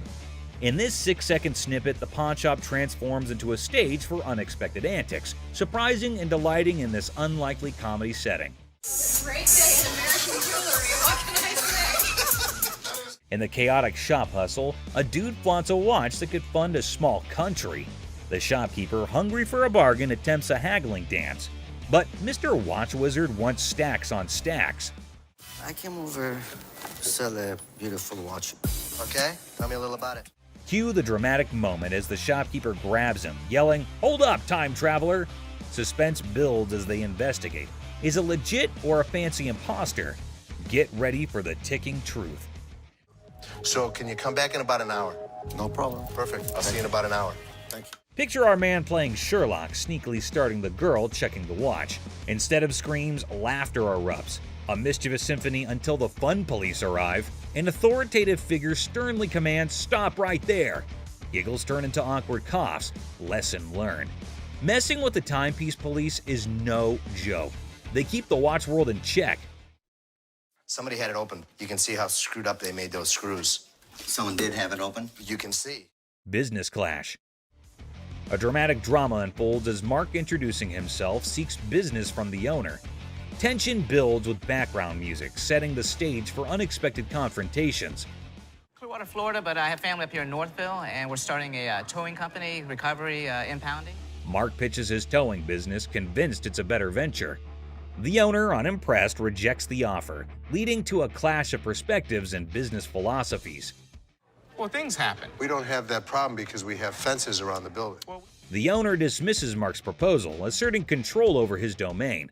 Well, I'm going to give you some paperwork to sign. I wouldn't sign anything because I don't need your services. The comedy irony emerges as Mark persists, unaware of the futility of his attempts to sway the determined owner. The owner bluntly shuts down Mark's pitch, labeling it a shakedown. Listen. No, you listen. You are not coming into my business and trying to shake me down. The dialogue becomes increasingly heated, with the owner refusing to entertain the supposed business opportunity. What would you call it? I call it a business opportunity. I'm not interested. Mark's exit is met with firm warnings from the owner. The situation ends humorously with a comment on Mark's nice car, injecting a light note after intense confrontations. I'll be back. If I were you, I wouldn't come back. Whatever. The gym brawl. So watch this hulking bodybuilder guy, all muscles and bravado, strutting into a pawn shop with this wrecked workout thing that looked like it went through a blender. He was like a peacock on protein, thinking he set up a magic muscle worm. The shopkeeper, a guy with a face as serious as a freshly waxed dumbbell, raised an eyebrow at the smashed up widget on the counter. Hey man, I need to talk to somebody about this. This piece of junk I bought in here just a couple days ago don't work now, it's broken. Check out this masterpiece, our bodybuilder buddy declared, pointing dramatically at his broken workout thing. It's so messed up. I swear it's doing reverse squats by itself. The shopkeeper, squinting at the wreckage, deadpanned. Reverse squats, huh? Must be the newest gym craze. This thing obviously couldn't handle what I was doing on it, so 2 days later it don't even work, so. But our muscle hero was not giving up. Leaning over the counter, he claimed, "I want my money back." How about you just get my money, and then we won't have any more problems with this, but I need my money back. This thing's more of a comedy show than a workout. The shopkeeper, trying not to crack a smile, said, "Well, it's a one-of-a-kind piece, guaranteed to break the ice at any gym."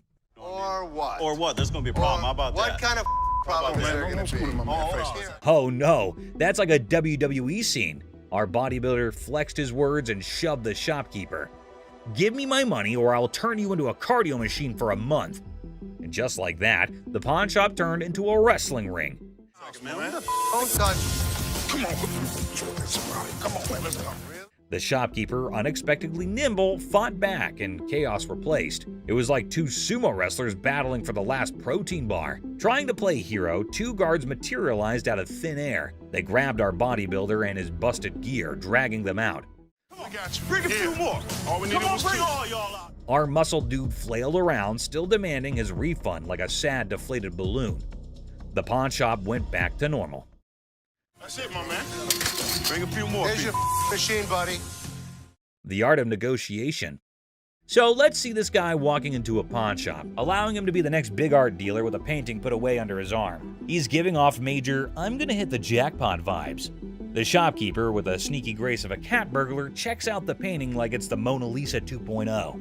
Our confident guy also spins this wild tale about how the painting formerly belonged to Napoleon's pet goldfish, or some other crazy story. So what you got? I've got a painting from Peter Max. An original painting? Well, I got into a silent auction. The shopkeeper, poker-faced like a pro, goes, intriguing. You can virtually see dollar signs in his eyes as he dreams of making a fortune. Now comes the big moment. Confident guy bravely says, "I want $3,000 for this masterpiece." Let's see if she can close a deal. Yeah, what is the bottom line? 3,000. No way. The shopkeeper, still all mysterious and cool, smirks and says, "I can do 1,500, or you can hit the road." 1,500 and we got a deal. It's like a Western showdown, but with money instead of guns. It's a take it or leave it situation. The confident guy, looking a bit less sure of himself, decides to pull a classic move, pretending to discuss it with his imaginary art expert friend. Maybe it's an unnoticeable chum with an art degree. While our hero is deep in discussion with his invisible art critic, the shopkeeper, beaming like a Cheshire cat, decides to up the figure. I know there's a market for it. So $1,500, I think, is pretty good. They need to take the money and run. He counts out $1,500, slams it on the counter as if to say, "Take the cash and run, chum," or say farewell to the deal of a lifetime. 1,500. All right. In the end, the confident guy, now looking further confused than confident, grabs the cash and virtually sprints out of the shop. And that is how a pawn shop turned into a comedy stage, starring Mr. Confident, the mysterious shopkeeper, and an oil with a Napoleon-connected goldfish. Art, my friends, might be priceless, or at least worth $1,500. Peter Max. Seat showdown comedy. In a strange pawn shop turned into an airplane seat sale, things got wild when a gutsy and unusual woman decided to turn the whole event into a comedy show. Picture her like a sneaky cat strolling over to a chair and ignoring the "don't sit" sign as if it were garbage. It was as if your rebellious grandma suddenly took center stage, tossing caution and posters to the wind.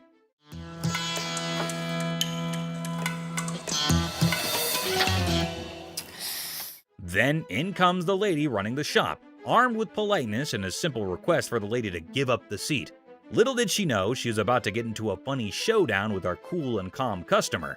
The woman, looking super confident and mischievous, said, "Just let me be," treating the chair like her personal throne. Okay, these are for sale. We don't have like a trial and error. Okay, well, I'm not trying to buy them. I'm just trying to try them out. As if that was not funny enough, the secret guards jumped into the blend. The shopkeeper, determined to bring order back, tried nicely to get the bold woman out of her comfy spot. But our fearless main character was not having it, bravely declaring, "You cannot make me move." And what you can do is leave me the alone. Okay. Yeah. Then comes the guard trying to lift her off the seat. Suddenly, there's a big scene. The woman, now a pro at making a show, indicted the guard of bothering her and indeed threw in the surprise of claiming it was sexual harassment.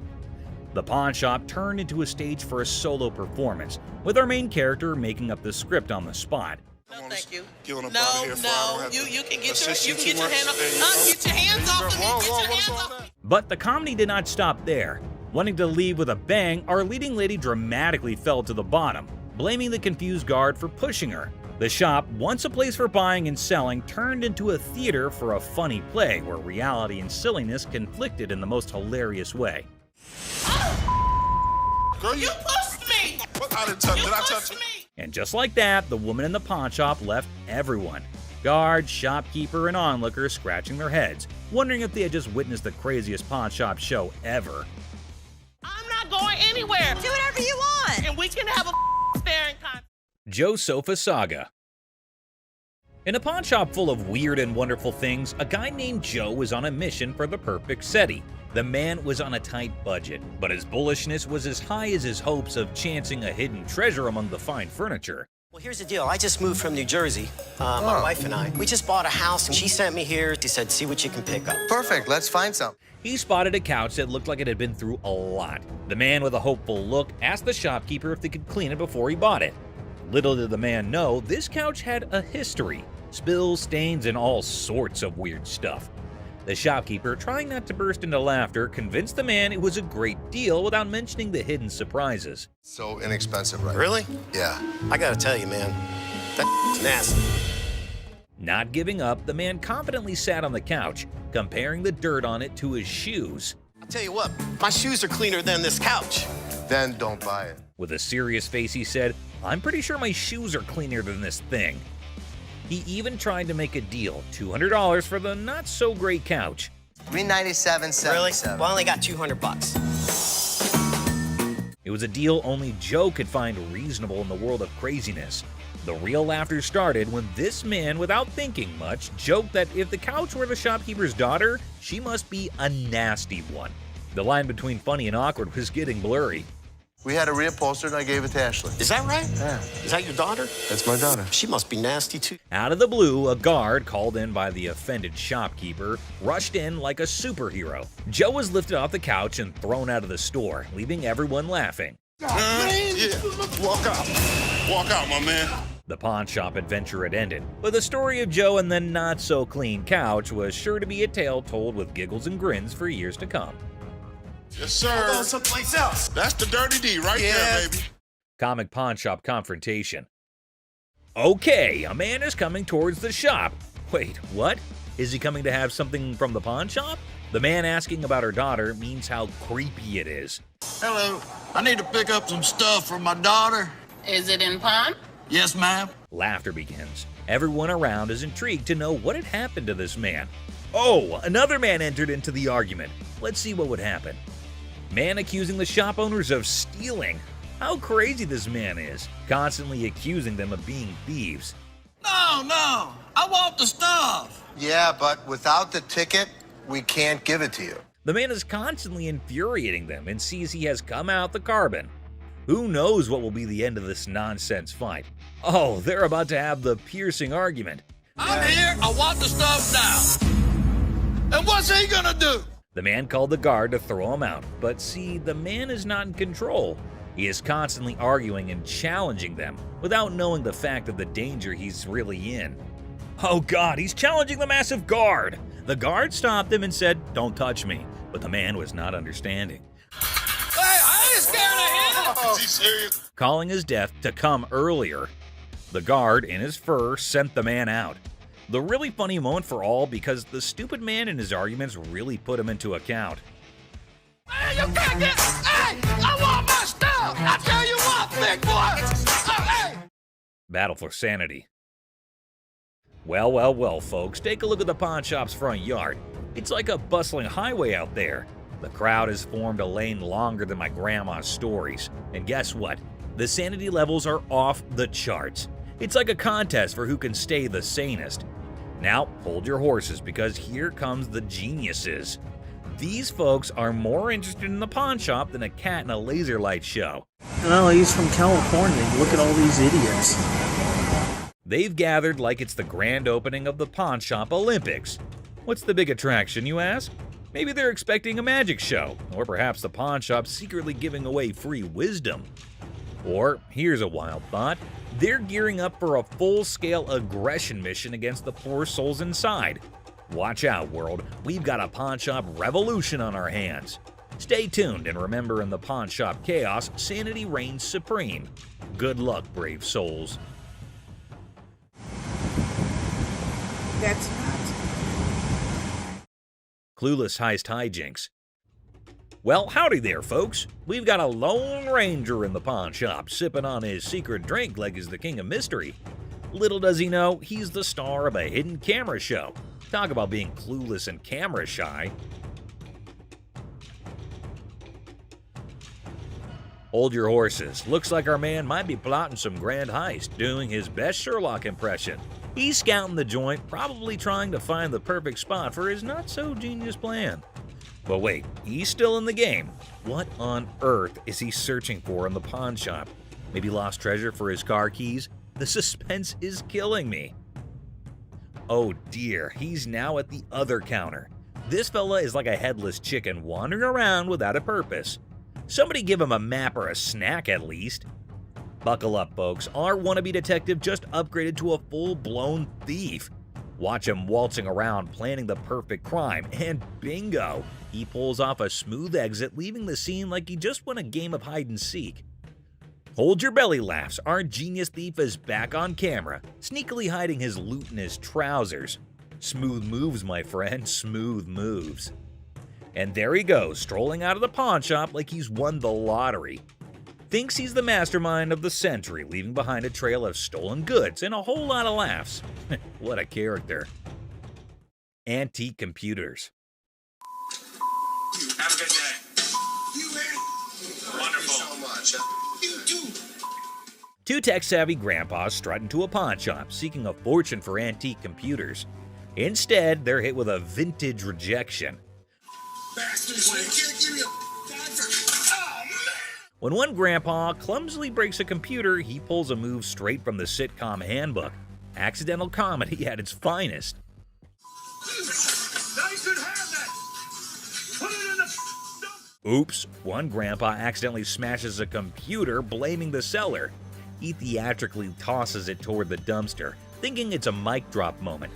The seller, the true comedy connoisseur, chuckles at the failed dramatic exit.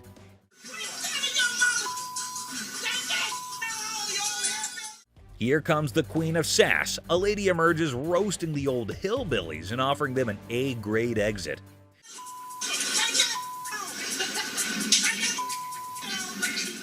She declares her reign over Detroit toughness and leaves them pondering a future career in comedy security. Cue laughter. Exit stage left. Ex-couple.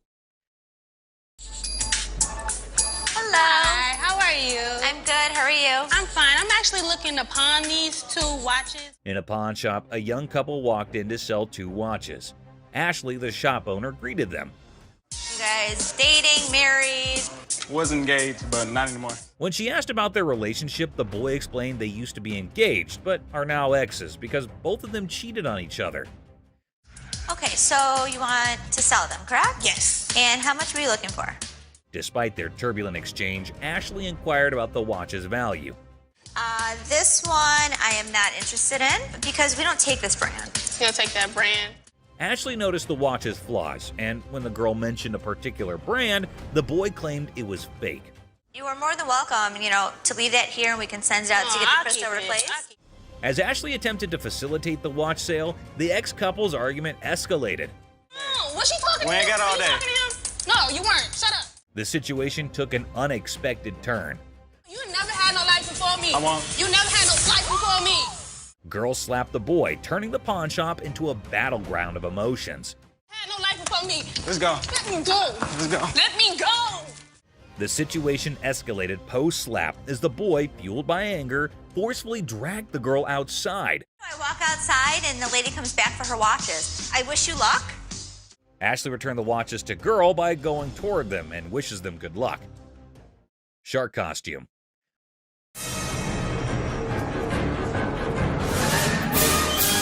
A fantastic character, half man, half shark, enters a pawn shop. Yeah, I'm a professional mascot during the daytime. At night, I'm a dancer. Claiming to be a daytime mascot and a nighttime dance sensation. $800, that's all I want. This guy is so bizarre. Les, skeptical, questions the shark man about his $900 financial request, leaving the room stunned. Don't they have those in Halloween costume stores? Les dismisses an awesome shark costume as a Halloween costume, but Rick takes it on, turning the pawn shop into a makeshift underwater comedy club, despite Ashley's rejects due to an unpleasant odor. See? It works. $800. Les, a pawn shop owner, is captivated by a customer who demands $800. You're missing a speeder. Oh my God. But when he reveals his naked self, Les's jaw drops. Hey, where's Ashley going with the naked guy? Tom, between amusement and disbelief, Les performs the quickest eviction in pawn shop history, leaving the customer high and dry. Ching Chong TV. Girlfriend's about to fly back home without me. I have no money. It's the only way I'm gonna be able to go. Right. I want $200 for it. 200 for that? A hat-wearing kid strolls into a pawn shop, hoping to score $200 for his TV. The seller, feeling frugal, counters with a generous $15. What brand is that? Ching Chong. The boy, trying to lighten the mood, drops a Ching Chong brand joke, turning a place into a comedy club for skeptical sellers. 200 for that? Yeah. Never gonna happen. 13-inch TVs, I sell them for $15. Our persistent TV peddler keeps pushing for more cash for his 13-inch Marvel, but the savvy seller sticks to his guns at $15. Come on, please. I don't want to get stuck in a tray. The boy, desperate to impress his TV-loving girlfriend, gets sadder than a clown without his makeup. Girlfriend's about to fly back home without me. I have no money. It's the only way I'm gonna be able to go. Right. I want $200 for it. 200 for that? The seller, unamused, directs him out, ensuring love won't cost him more than $15 today.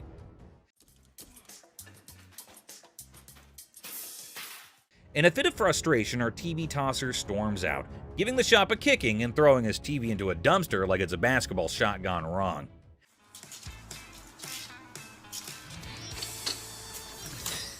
The seller, shaken but not stirred, mutters, "Idiot," and commands him to exit. You're gonna make me leave? Pretty much. Get the f out of here. Get off my property. Asserting his control over the TV tossing theatrics. It's a dumpster diving comedy masterpiece in 3 acts. Brain, not brawn. I got a loan on my wife's ring. Yeah? And when I first started coming here, I got a VIP card. I got more on the loan. Now you guys put me to a gold card, and I get nothing out of it. A bald customer, frustrated over a loan on his wife's ring, seeks resolution from the manager over a VIP card upgrade and the perceived lack of benefits. Tensions rise as they discuss the situation. No, the VIP is the gold. They're both one and the same. We offer a promotion at American Jewelry and Loan. It's called a gold card membership. It gets more money in people's pockets if they want to get a loan and allows you to save money if you want to buy something. The pawn shop employee tries to explain the gold card system's benefits, but the customer remains frustrated. I am hearing you, but you're not listening to me. Tensions rise as the employee insists on the procedure, leading to anger, questioning, and physical comparisons. You think this is funny?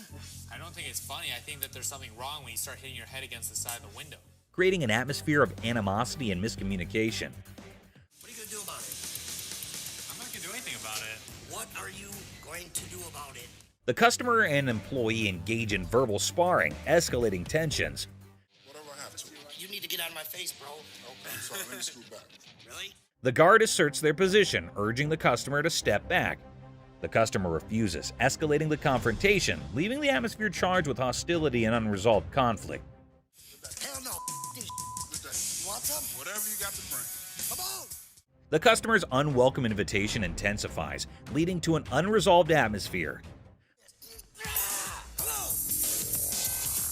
That's what I thought.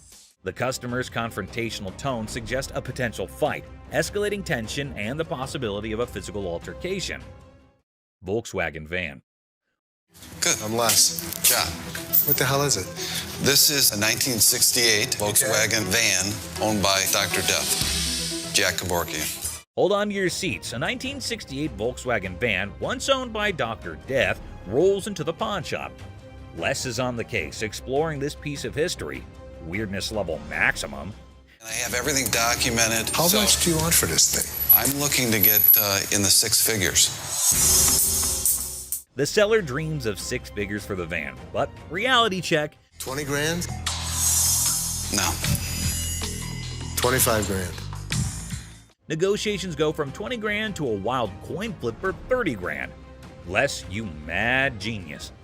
Oh my God, my dad's gonna leave everything a chance on a $20,000 coin flip? What are you doing? Seth and Ashley can't believe Les's coin flip antics. He's risking 20 grand just for a chance at 30 grand.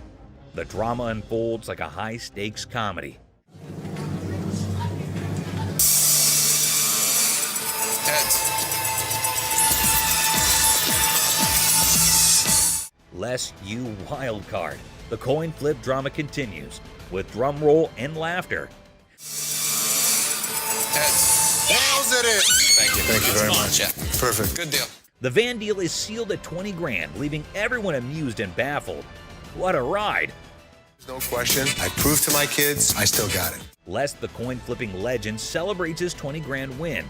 Laughter echoes as the deal concludes. The van's bizarre journey adds a hilarious chapter to pawn shop history. Ring drama. He is caught red-handed, dealing with an angry lady dead set on getting her shiny thing back. It's like a soap piece crashing into a rock concert, and the pawn shop is the main stage. I just wanted to know how. Things get intense as the lady slaps the crazy guy not once, but twice, and suddenly the whole place goes silent.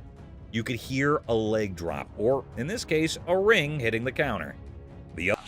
Right now.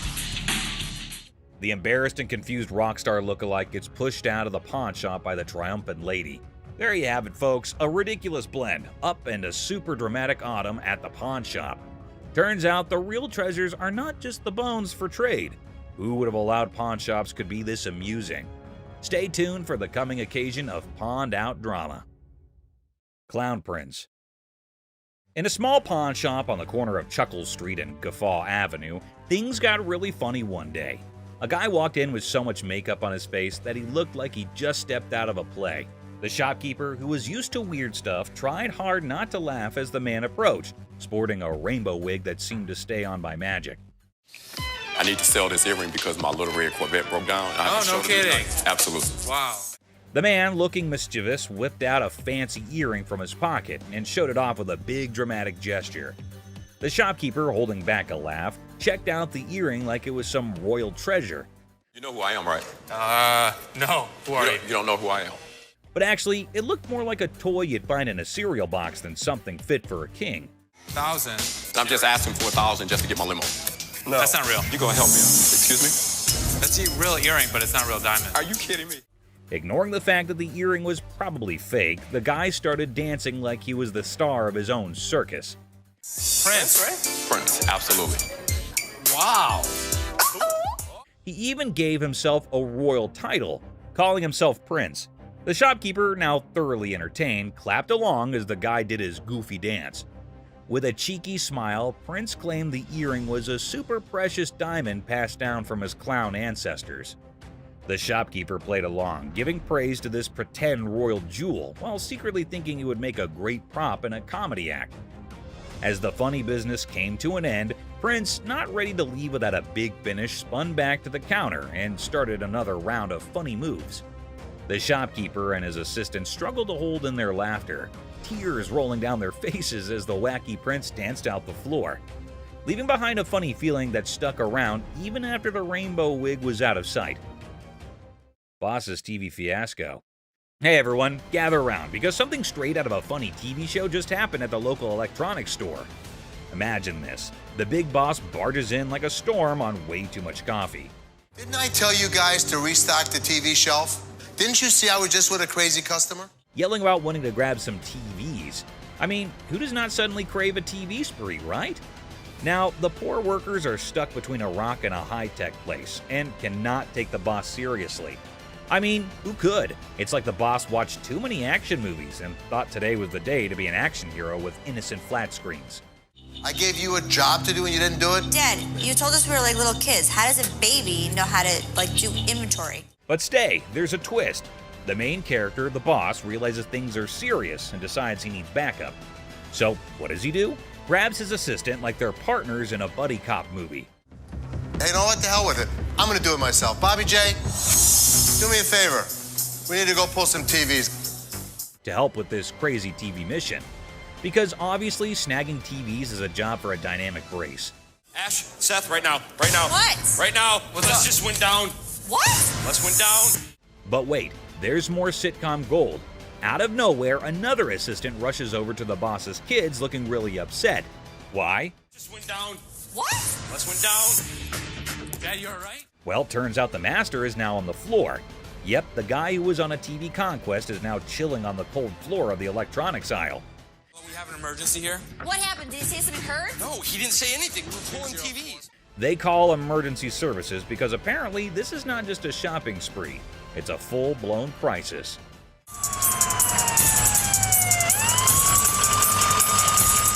And then comes the ambulance. The daughter dramatically points at the approaching rescue vehicle, as if it's the hero cavalry coming to save the day.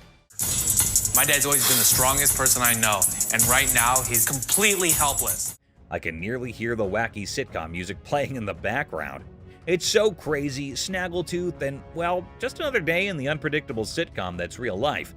Stay tuned for the coming episode. People more adventurous with the boss and his search for TVs are coming your way. Crazy store comedy. What's up, Grandpa? Where's your costume at? There. Corey, that's not a costume. In a super silly store, there's this hilarious pair that could out-funny any comedy show. Watch this, an old grandpa wearing a hat that is seen way too many times, with a black band covering one eye. Right beside him is his son, with a hairband that seems to have its own crazy magnetic pull. A mix of colors that should not make sense on air.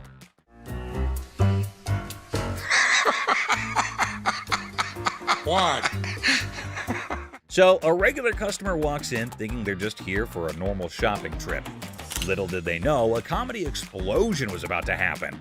The first person they notice is the son, and they burst into laughter.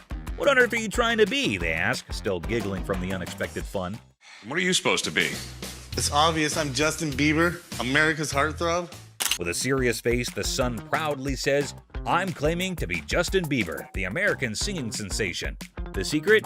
It's all in the hair. The customer laughs even more, realizing these two are a riot.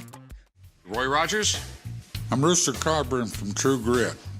But the real comedy star is Grandpa, strutting around like a rooster king.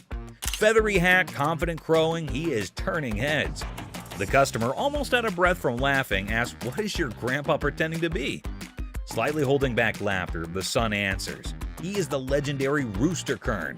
Shows up once in a lifetime to make people laugh." Go yourself. Antoine, what are you supposed to be? The world's biggest baby.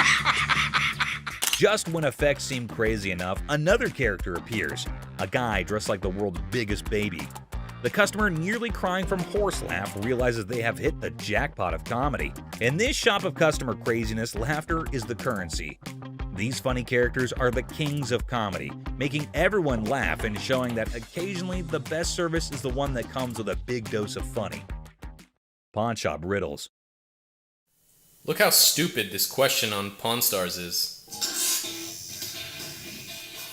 In this hilarious rant, the speaker dissects a seemingly absurd question about fake items in a pawn shop. A over 1,000, B over 5,000, or C over 10,000. The logic behind the options A, B, and C is dissected with comedic frustration. Well, if the answer is C, the answer is also A and B. Because if it's over 10,000, it's also over 5,000, it's also over 1,000. The speaker expresses disdain for the question, claiming that if the answer is C, then A and B are also correct. I mean, most of the shit that comes into the pawn shop has got to be fake. They've been in business for years and years and years. The absurdity of the question and the presumed obviousness of the answer are highlighted. God, what a stupid question. The speaker ridicules the question's simplicity, asserting that there's no way to get it wrong. The tone is sarcastic as they emphasize the lack of challenge in the question. Anticipation builds as the speaker eagerly awaits the genius-revealed answer. The expectation is set for a straightforward solution to the seemingly senseless question. The speaker's reaction is a mix of frustration and amusement as the answer confirms the over 10,000 scenario. The comedic exasperation with the question's lack of complexity is evident. That's all for our video. We hope you liked it. Please comment, like, and subscribe. Don't forget to hit the notification bell for more videos like this. Share it with your family and friends. See you next time.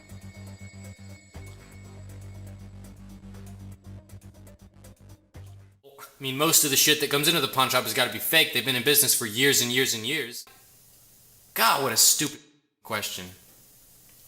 Michael expressed interest in buying it for their collection. After negotiation, they settle on a price of $3,500, considering it's for charity. Seth shares his personal connection to wrestling matches with his father, adding sentimental value to the purchase. I don't have that kind of money. All right, you, all of y'all, bitch.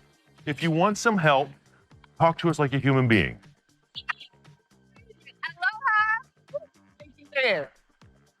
The woman gets angrier and calls Ashley names. Ashley stays calm but tells her to talk respectfully. The woman leaves angrily and this situation doesn't get resolved. On picking up very expensive pieces grabs Les's attention. Hey, sir, don't touch it. Sir, if there's anything you want to see, we'll be more than happy to show you, sir. Well, what do you know? Expensive pieces tend to be fragile. How am I going to see if it's going to work? The customer starts touching expensive items, catching Les's attention. Les politely asks them not to touch anything, offering assistance in viewing items instead. Sure, that's why I asked you. That's when you're back there and he's over. I'll come out right out there. You think I give it? The customer insists on touching, arguing it's necessary to check functionality. Les tries to explain store policy, but the customer gets upset. Out of my store. Don't touch it. Don't touch it. Go. You're lucky you got some. The customer's frustration grows, prompting Les to ask them to leave for disrupting the store. Les firmly directs the customer to leave, highlighting their luck in having assistance. Jersey just moved into the town and is on an errand from his wife. My wife and I, we just bought a house and she sent me here. She said, see what you can pick up. Let's find some. I'll bet you can make it. A middle-aged man from New Jersey, recently moved into town, is running an errand from his wife to find furniture for their new house. He spots a couch in the store and expresses interest in making a deal. After looking at a cheap couch, the customer notices that the couch is dirty. You gonna clean all that up before I buy it? That's why it's so inexpensive. I gotta tell you, man, that's nasty. Our used furniture sometimes has things. While checking the couch, the customer notices its dirty condition and questions if it'll be cleaned before purchased. The store attendant explains that the low price reflects its used status, which includes some dirtiness typical of secondhand items. Really? Well, I only got $200. After sitting down to give the couch a try, the customer begins being disrespectful to Les. And let me try this. What? My shoes are cleaner than this couch.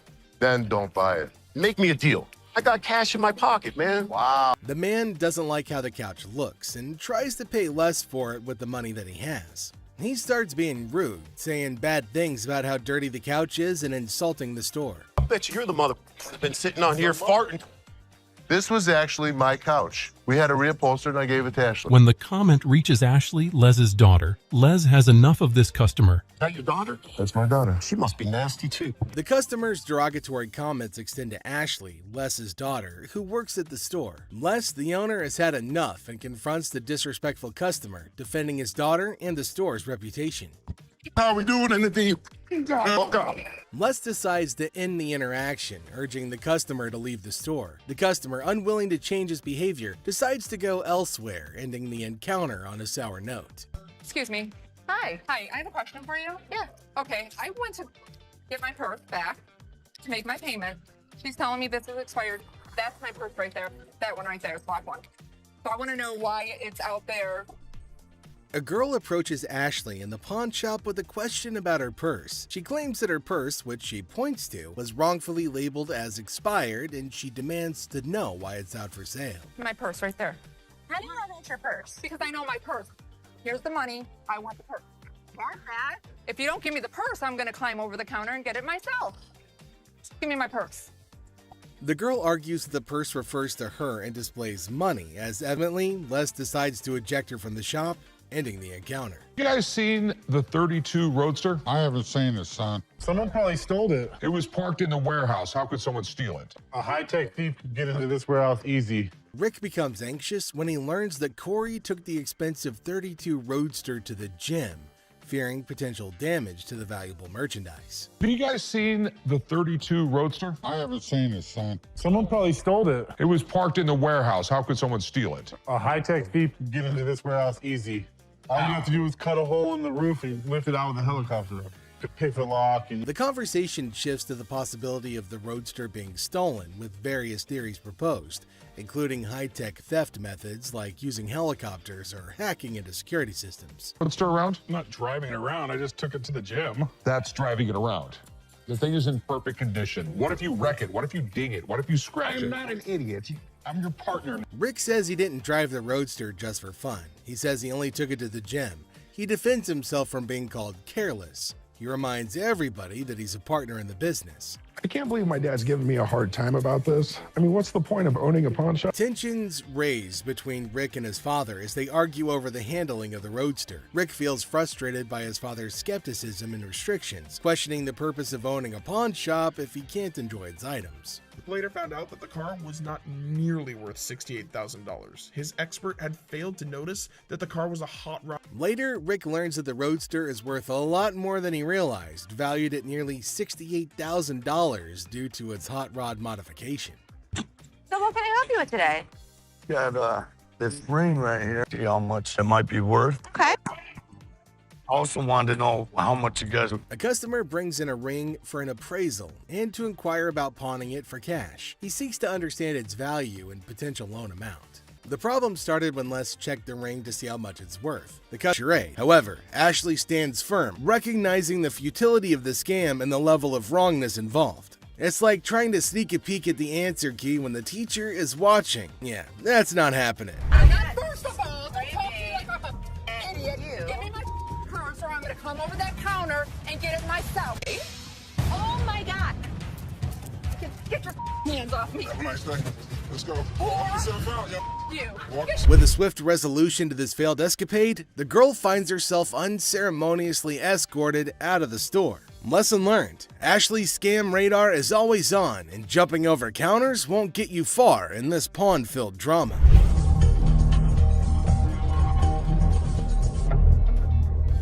All right, deal. I think I got a good deal, and I know I'm gonna be able to make some money on it. I can't believe you spent that much. Whatever, Ash. I am fuming. My brother just spent $800. Enter the family feud. Ashley drops the bomb on her brother Seth, calling him a hypocrite. But why? Well, he casually throws around $880 for a painting, while Ashley, according to her, can't even snag a deal for $30. Sibling dynamics at their finest. But he'll yell at me over a $30 buy. Excuse me, Seth. What, Ash? I was just out there watching you do a buy for $880. So instead of working, you're watching me. I was out there, and you bought something for $880 when you gave me such crap about that $30 roulette table. I'm not buying plastic. I'm buying stuff that we can actually resell without a problem. You will never resell that. They will sit in the back and rot. Are you kidding? We'll put it around the showroom corner. We're gonna make $1,000 plus on the deal. Really, Ash? You know I'm gonna be upset. The plot thickens as Ashley confronts Seth about the apparent double standards. She probes into the intricacies of spending $880, questioning how bad it could be. Seth, in classic sibling fashion, argues that his purchases are all about resale value, a concept he conveniently forgets when it comes to Ashley's shopping habits. According to him, he's the revenue guru. You are just a hypocrite. She was just being ridiculous. I just want her to stop talking. Ash, what do you want from me? Apologize to me. Apologize? Apologize because you're such a hypocrite. You know what, Ash? I'm sorry. I'm sorry that you're a bitch. You, Seth. You're such an ass. I am not going to forget the situation anytime soon. Seth better watch his back. Things heat up as Ashley demands an apology. Seth takes a nosedive into being the ultimate a-hole, apologizing for an $880 buy. Oh no. Instead, he hits her with a sorry not sorry for her supposed attitude, topping it off with a charming label. Well, let's just say that it rhymes with witch. Sibling rivalry reaches a whole new level on this show. There's two guys out here that are saying they were scammed out of their laptops, and that whoever did it is working with one of our guys. You want to come out and talk to him? All right. Thank you.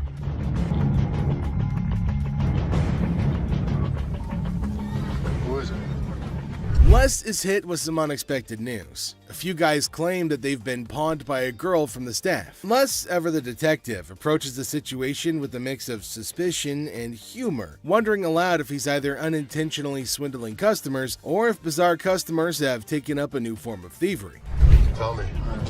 She pawned 2 of our laptops, and she told us she was gonna bring them out to the back. Somebody again. Okay, wait. You pawned something? Yes, she had to take it to When did you pawn it? Today. Today. She had to take it to herself. And the money? Yes. These two kids come in and talk about have some girl pawned 2 laptops. The plot thickens as 2 disheveled DJs step into the scene, laptops held hostage. The atmosphere turns somber as the weight of the situation sinks in. It's a strange occurrence that has everyone wearing expressions of confusion and concern. Les, with his seasoned cool, casually queries about the laptop's ownership, revealing they're registered under the mysterious girl's name. Split the money 3 ways, and one of my employees was gonna walk it out the back door.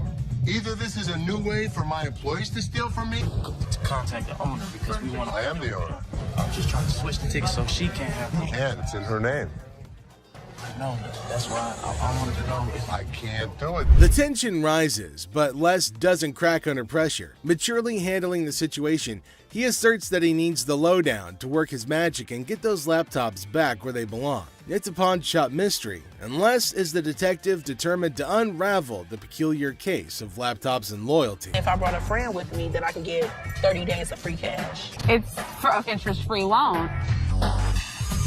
Okay, so there came a woman at the counter. Let's see what she's gonna come up with. Is she asking for free money? I think she might possibly be mad, though it is kind of funny that she's got enough courage to come up and ask for money without investing anything. Now, the lady at the counter frowned and asked her if she paid or not. Intriguingly, she hasn't paid anything, but she's still asking for money. Holy shit. To make matters worse, she started shouting at her. Everyone around started looking at her, wondering what the hell was going on. Seth and Les get a little furious as everybody's just standing around trying to figure out what's going on. She started bullying her, but the lady tried to explain to her again that she misunderstood the agreement and they're not just gonna give her free cash. But this lady's just not listening to anybody. Well, Seth then enters, so who knows what's gonna happen now, whole document or not, and she was not listening and constantly arguing and pointing to them as if they had done something wrong. Meanwhile, other women decided to intrude, and oh my god, it's gonna be funny. Looks like they've all decided to have a fight in the pawn shop. Wonder how that's all gonna end. And it looks like All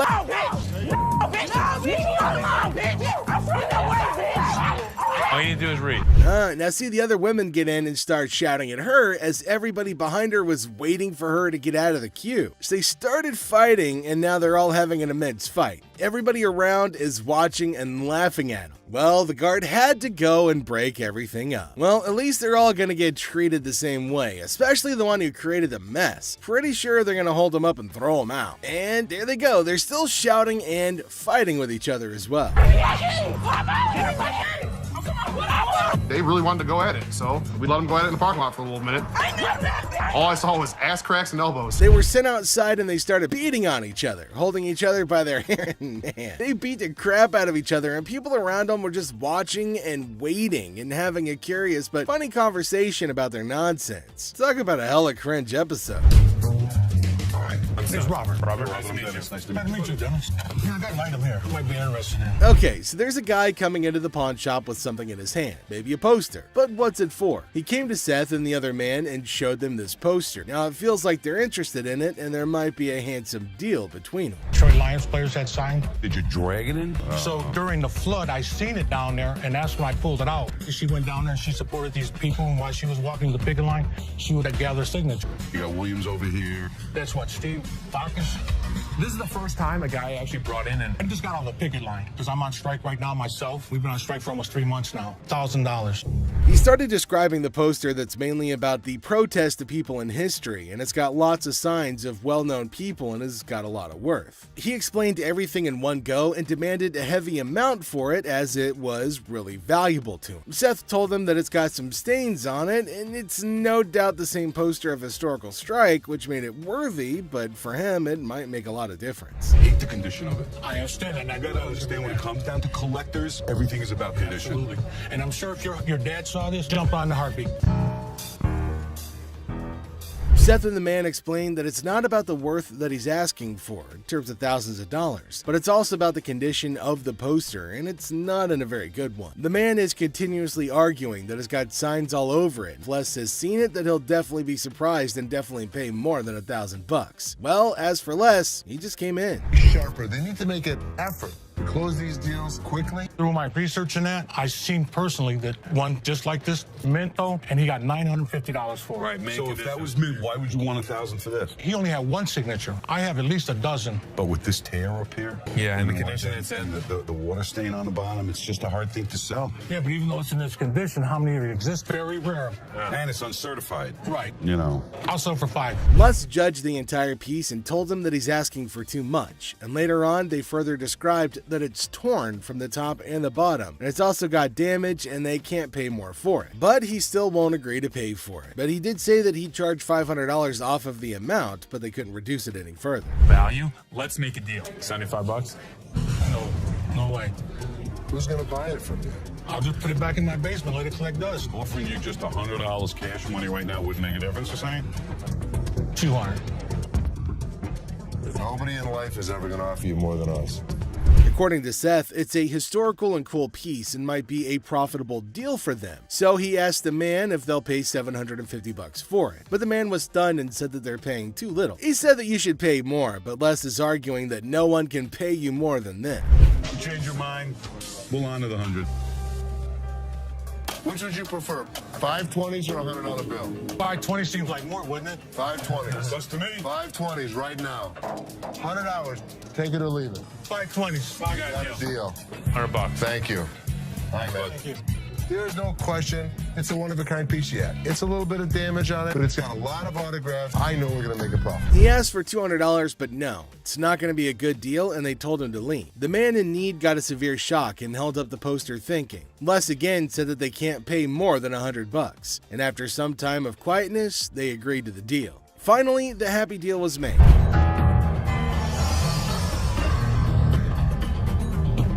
This is the guy? Right there. Here they come again.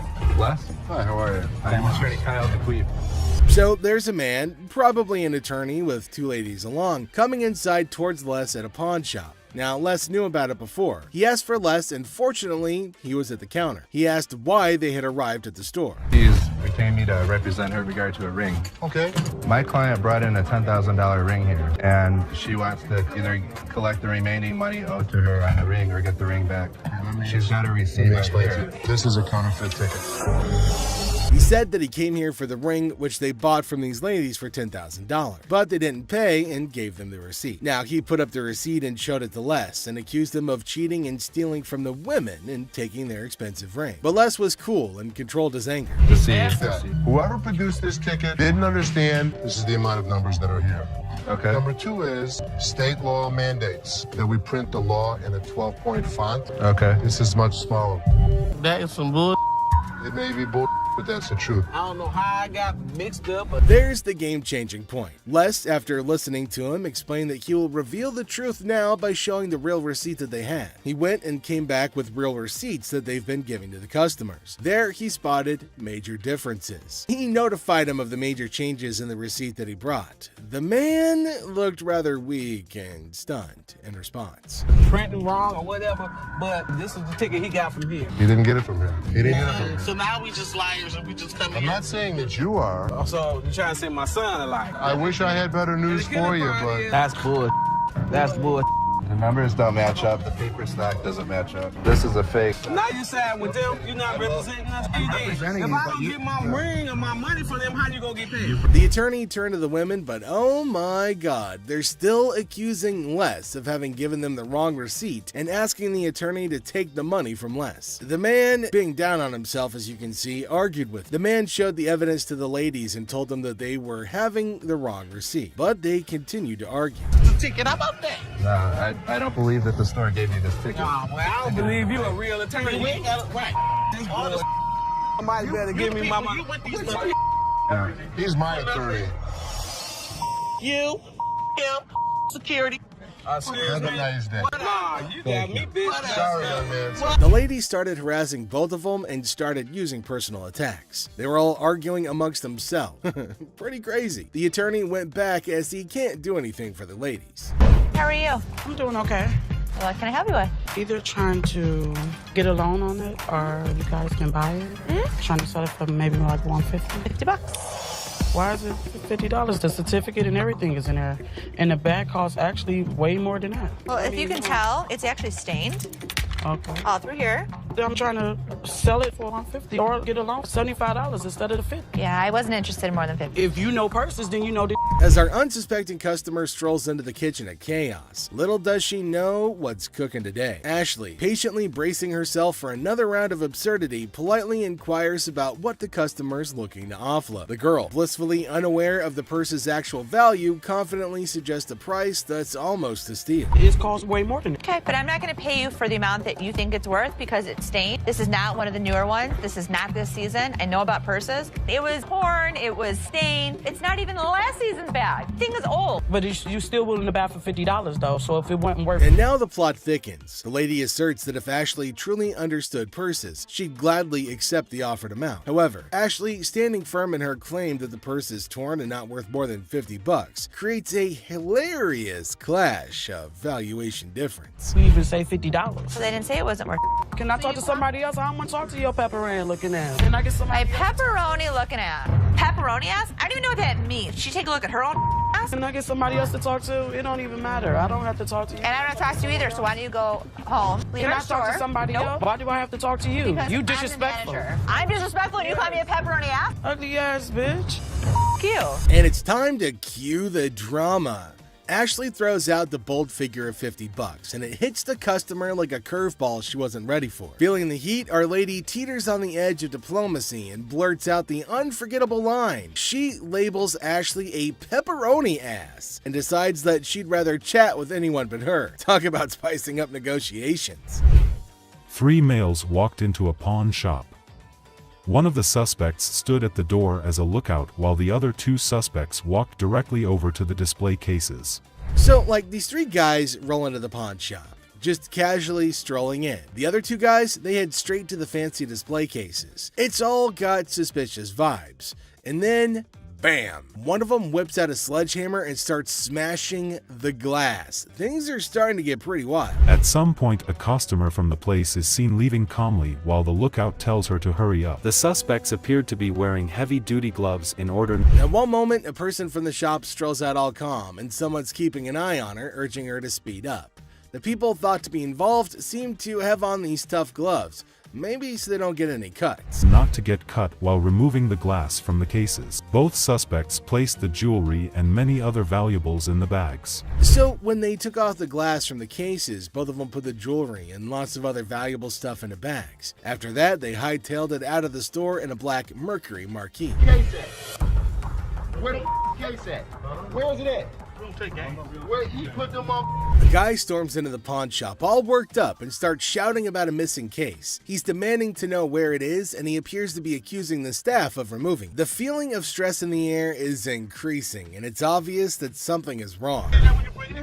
Not take games, take your wives, my damage to that's the way it came in like the kids. I know. You gonna act like I ain't got no sense? He's accusing us of taking games out of his unit. Look at the ticket. It never said with game. The atmosphere gets even more intense as the guy accuses the pawn shop of messing with his games. Les, the cool guy at the pawn shop, stands his ground. The customer's getting more agitated, making accusations and even talking about blowing up the place, which is just adding to the chaos. At that point, man, you can get your arms up off belly and none of your body parts on me, bro. After all the stress I have, the last thing I need is a customer causing a scene. Despite the escalating situation, Les stays calm. He tries to talk sense into the upset customer, especially with a big event coming up the next day. I know how to walk. I ain't in literal because I ain't part of the week. And y'all motherfuckers in my middle and putting them games in there. And you wasn't even standing there when I pawned it. Somebody need to blow this place up. It's time to go, sir. You ain't gonna get my window. I'm not. Let go. Can I get my week? Don't get it for you, don't worry. You're making a threat like that? The situation becomes alarming when the upset customer makes a threat to blow up the place. Les, rightfully concerned about the safety of everybody, asks the guy to leave. Security becomes a priority, and the customer's demand for his belongings takes a back seat to the potential danger that he's creating. That's a challenging moment for Les, who's just trying to manage the chaos caused by an irate customer.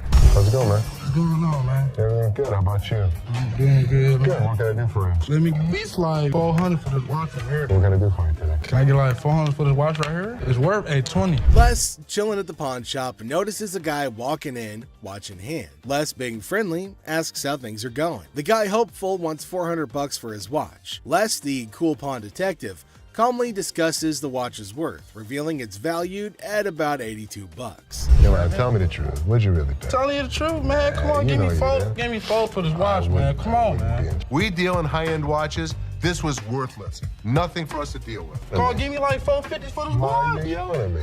I got a baby on the way, dog. Congratulations. I'm sick of living at the crib, man. My girl on my head. The negotiation heat rises as the guy insists on $400, but Les suggests $7. The guy, pleading and sharing his life story about a baby on the way, asks for $400 again. Les stands firm, offering him the same price, which leads to a bit of yelling. The guy, feeling frustrated, calls the place bull ass and expresses his discontent. You want $10? I want to do with $10. I have no idea. Go to Coney Island. Give me $10. I want to go to Coney Island on $10. I got a baby on the way. They gonna do this to me, dog. What you looking like a crazy fool? The tension escalates, and the guy feels disrespected, using strong words and even threatening Les. Les, staying cool, suggests maybe he should have been given $400, hinting at a broken lamp that needs payment. The situation gets intense, with the guy considering if he should have taken the deal. Cash for this watch, man. 400? I'm sorry. This is a bullshit ass place, man. This whole ass place, dog. Excuse me. You call it what? You call him a bitch? You? I'll knock you the out. You don't know who you talking to. Tell me. Dog, don't touch me, homie, dog. Touch me, dude. Then maybe he would have been able to pay me for the lamp that he broke. Yo, it's not my thing, dog. The guy, still upset, leaves the shop, but not without some fiery words. Les reflects on the encounter, realizing maybe he should have given $400 to avoid the chaos. The drama ends, leaving behind a mix of emotions and a used watch. Life at the pawn shop remains unpredictable and full of surprises. How you doing today? Hey, pretty good. How are you? Real good, thanks. I'm Les. Les, I'm Randall. How are you? Randall, oh, you got a hell of a grip. Wow. What the hell is it? Call it a ring. Okay. I didn't think it was a bus. How'd you get it? I just got it. This guy smelled like a brewery. Okay. How much did you want? I'd like $500 for it. Why? Why? Because I need it. Yeah, I got get 2 DUIs. A person walks into the pawn shop, catching Les's attention. Things start getting interesting right away. The person wants $500 for a ring and shows it to Les. Les, being curious, asks where the ring came from and why they want to sell it. The person gets really mad when Les asks questions. The intensity in the air rises as the person angrily explains why they're selling the ring. Les stays calm, making it a surprising and dramatic moment in the pawn shop. Well, if it was gold, I'd give you more than $500, but it's not real. I know it's worth $500 and you're gonna give me $500. Well, actually, if this was gold, but it was brass, it had no value. I understand. You have court issues. The problem is, I need $500 for it. I'm sure you do. Man, I don't know why you do. As the conversation continues, Les drops a bombshell. He tells the person that if the ring were real gold, he'd offer a whopping $2,500. Feeling a glimmer of hope, the customer suggests, just give me the $2,500 then. Expectantly awaiting a positive response, Les, with a touch of humor, reveals the harsh reality. He explains that the ring is fake, not even worth $500, and he won't pay that much for a counterfeit ring. You gotta give me something for it. I can't give it to you. I'm sorry. Give it to me anyway. Man, you can give me something for it. No, you give me something Just don't for beat it. on the glass. This guy was drunk. You give me that ring back. Give me that. It's the. I ain't going nowhere. Man, get away from me. Get out of here! I go, You man? In the midst of the ring discussion, a security guard quietly enters, taking a position behind the customer. The customer, desperate, pleads with Les to give him something for the ring, but Les, staying true to his detective skills, rejects the plea, emphasizing the ring's fake nature. Les, sensing trouble, comments that the customer seems drunk, adding another unexpected twist to the escalating situation. As the rejection sinks in, the customer, unable to contain his frustration, sits on the floor, declaring that he won't leave. The tension peaks as he becomes increasingly aggressive. The guard steps into action, forcefully dragging the defiant customer out of the store. But despite being escorted out, the customer continues to yell and make a scene. Oh boy. I see you sweating. Yeah. Must be hot outside. No, I was doing karate outside. You're doing karate? And judo. I'm Bruce Lee's sister. Really? Yeah. As the door jingles, a woman strolls into the pawn shop rocking winter clothes in the summer heat. Now she's chatting with Les, teasing him about the sweltering weather. She even claims to be a martial arts pro, throwing around Bruce Lee's name. The banter kicks off with a request for a karate move demonstration. She said she was Bruce Lee's sister.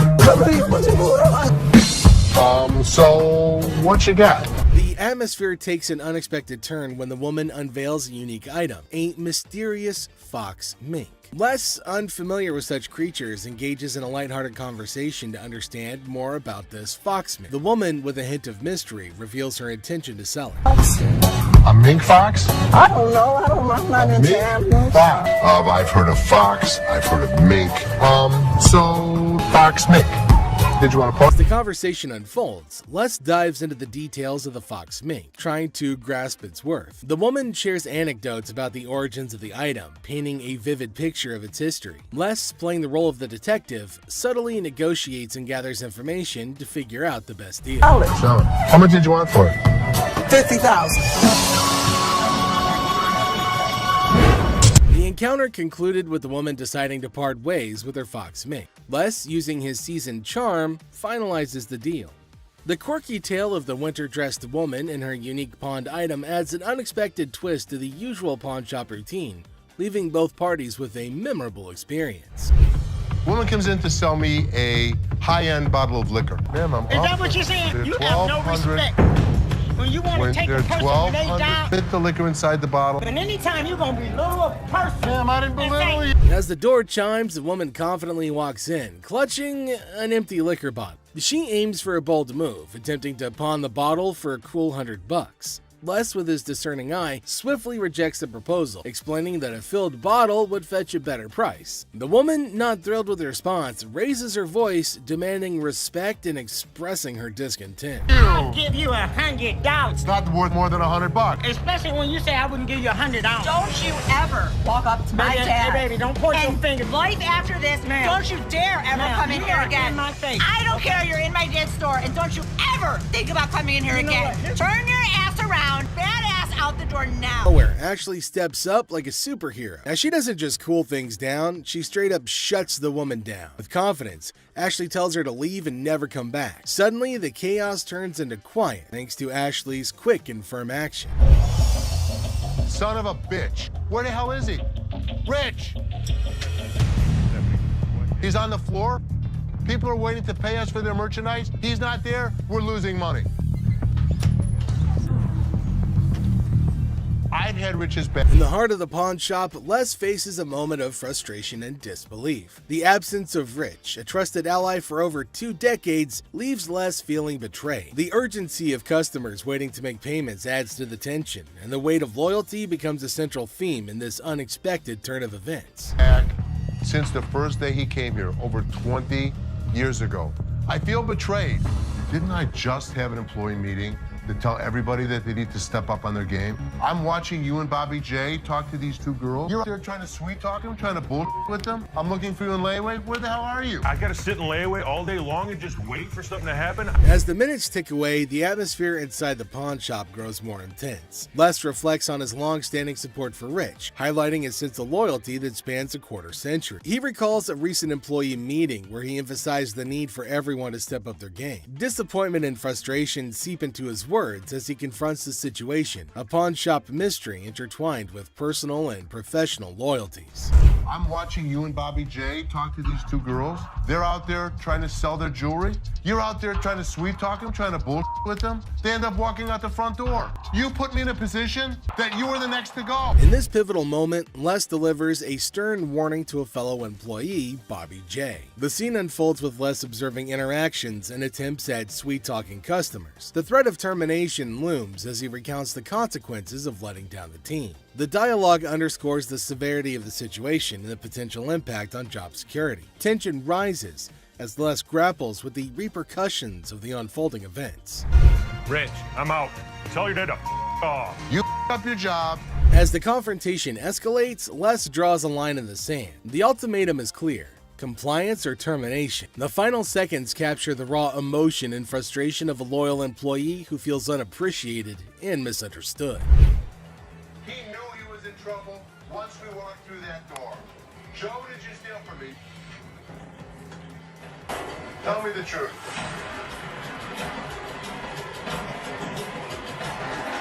Inside the pawn shop, a sense of trouble looms as the head of security, Joe, faces a difficult moment. The air is heavy with anticipation as accusations are laid out. In a tense exchange, the truth emerges when Joe admits to stealing. The weight of the admission sets the stage for the unraveling of a trusted employee's actions. The detectives call in uniformed officers to put the cuffs on. And then he reaches into his pocket and pulls out an assortment of jewelry worth over $7,000. As the admission hangs in the air, the situation takes an unexpected turn. Detectives call in uniformed officers to apprehend Joe. A place built on trust is now shaken to its core as the true extent of the betrayal unfolds. You go this way. This is my loyal employee, my head of security, a guy that I trust. The arrest unfolds and reality sinks in for the pawn shop owner. The disbelief is evident as a devoted employee, the head of security for the previous 3 years, is carried away in handcuffs. The emotional weight of the betrayal is clear in the owner's voice, which expresses the anguish of putting trust in someone who later proved dishonest. If he was, he could be anyone.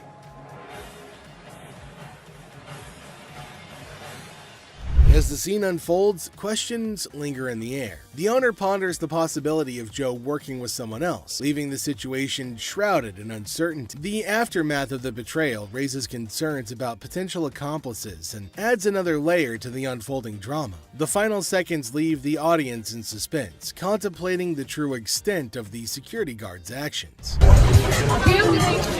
Are you her customer or mine? I'm talking to you.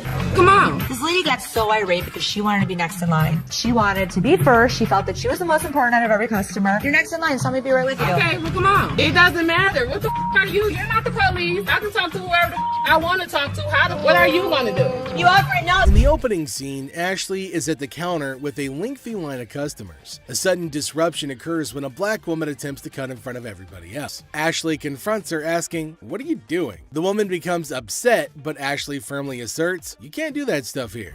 Goodbye. Come back here. Let's talk right now. Take the receipt. What would you like to do with it, ma'am? I want to pay. Well, you have to go to those windows. I'm not, no. I come to this line any other time. Not at this window. Okay, well, I'm not going to stand in the line. In the wrong line. Get in the other line. And I'm not going to get in another line. I'm going to walk straight up to the damn window. We won't take you. The woman continued standing in line at the counter. Les approached her, inquiring about the situation. She explained that she wanted to pay, but refused to move to the next window. Les informed her that in the pawn shop, crossing others in line isn't allowed, emphasizing the importance of waiting your turn. Care of you. Well, y'all just told me something. See this lady here? All the other customers. Okay, and I always come to this line. I'm sorry. You have to stand in the other line. Okay, well, I'll be back before y'all close. You can do whatever you want in this line. She can't. Can't wait your turn. We'll be back later. Following the interaction, the woman eventually complied and moved to another window. Les, taking action, instructed the workers at that window not to accept her payment. He firmly directed the woman to wait in line like the other customers, reinforcing the shop's policy on fair and orderly transactions. Thank you, sir. Thank you. Thank you. Thank you. Yeah, jackass. Take your Bitch. Take Yeah, that's you. and get it to You. You make me.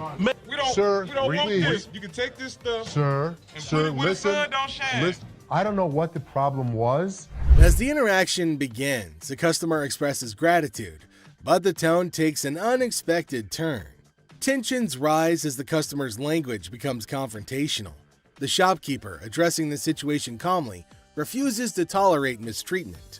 The dynamics shift from appreciation to conflict, showcasing the challenges of customer service in a brief yet intense moment. Came in here, tried to spend my money is what I did. That's what I did. Okay. And come instead of trying to come in here, I'm not even talking to you. I need a liver transplant. Why? Seriously? They didn't even look at these cards. Sour Patch Kids. The narrative unfolds with the arrival of another customer, visibly intoxicated. The shopkeeper navigates the encounter with a mix of tolerance and assertiveness. The customer attempts to engage in banter, revealing signs of alcohol influence. The shopkeeper, unswayed, maintains composure and subtly addresses the situation, highlighting the challenges of dealing with individuals under the influence. I'm not even out here trying to get this $30. Not paying on my. Wow, 50 for that. Jeff, take him out, please. Better not put it in your car.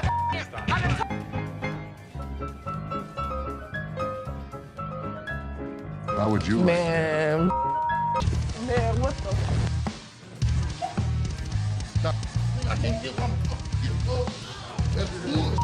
In this segment, a discussion ensues about cards and a potential liver transplant. The shopkeeper encounters a situation where the customer's intentions are unclear. Misunderstandings arise, and the shopkeeper skillfully navigates the conversation. The dialogue touches on humorous elements while portraying the complexity of communication in a retail setting. What, is it, ma'am? Is it? I don't know. You tell me. Man, come on, you the dude with the ponytail? The wife's racking my nuts on the telephone constantly. Two earrings in your ears. Does it matter? Just take it off, put it with mine a little bit, let it get a little bit more weight to it, and go ahead and give me my money. Does that make sense? Right this way. You can't come back. Damn this! Go out my way now! One of y'all touch me! I'll break this. I'm more than happy to go to the ends of the earth for you. When you come in like an ass, you be walked out like an ass. The scene takes a surprising turn as the atmosphere shifts. The shopkeeper reassures the customers that despite challenges, the store is dedicated to going the extra mile for them. The encounter, starting with tension, concludes with an assurance of excellent service. This final part encapsulates the roller coaster of emotions within a brief time frame, showcasing the highs and lows of customer interactions. You need some help today? Man, how you doing, brother? What's the deal on this TV here? This TV right here is $400. $400? Yeah. I was in here 2 weeks ago, sold you this mother for $90. Now you gonna ask me $400 for it, man? In the electronics section of the store, a customer named Robert engages in a conversation about a TV with the store employee. The casual tone sets the stage for what seems like a routine interaction. The customer questions the TV's price, sparking a humorous recount of a previous encounter where he claims to have purchased the same TV for a lower price. Are you kidding me? So you're making a $310 profit off me? Bull, man. Can I help you? Who are you, man? I come in here 2 weeks ago, just like I told this Gentlemen. do something with your hair, man. And then y'all gonna sell it for $400. You gonna make that much profit off me? As the dialogue unfolds, the customer expresses dissatisfaction with the marked up price, claiming the store will profit significantly from his purchase. A manager steps in, attempting to resolve the situation. Tensions rise as the customer questions the legitimacy of the price hike and demands a resolution, emphasizing the financial disparity between his purchase and the intended selling price.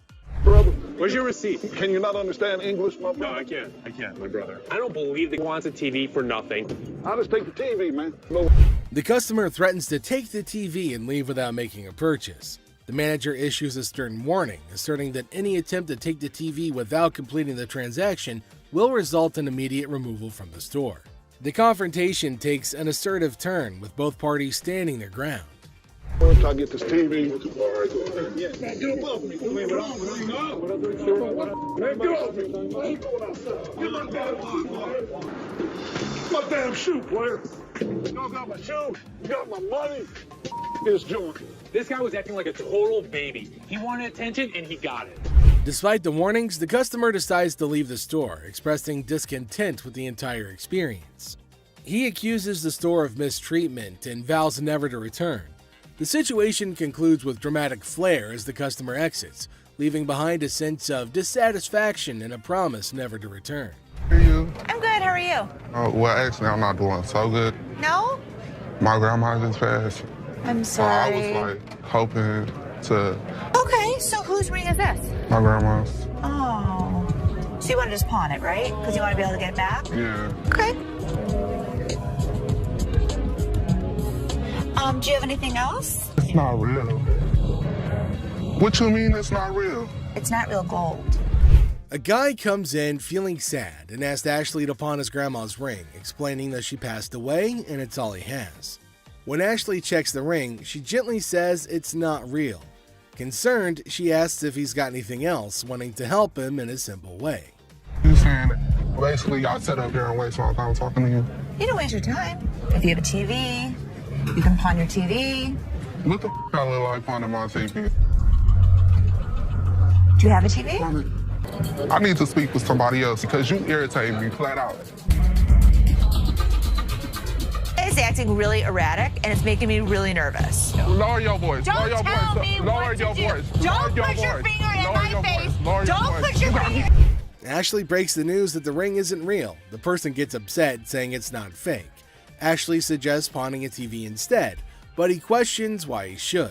Despite Ashley's efforts, the man gets angrier, repeatedly telling her to lower her voice. Ashley asks him not to point fingers at her face, but he ignores her. I'm trying to help you solve Like your this, issue. lower your voice. The next thing I know, this guy snapped. Lower Don't your tell voice. me Lower what your to do. voice. Don't Lower your put your voice. finger. You got me up. No, let's go. Let me go. Let me go. On the ground. On the ground. On the ground, mother. The security guard intervenes, slamming the upset person to the ground and then dragging him out of the pawn shop. The situation escalates and the guard takes decisive action to maintain order. Next up, we've got this episode where a heavily muscled individual made his way over to meet Les to complain about equipment he got from the store that got busted. Somebody bought this. This piece of junk I bought in here just a couple days ago don't work now. It's broken. What is it? Little ab lounger I bought here, man. Workout. In the midst of the pawn shop's hustle, a burly customer approaches Les with a complaint.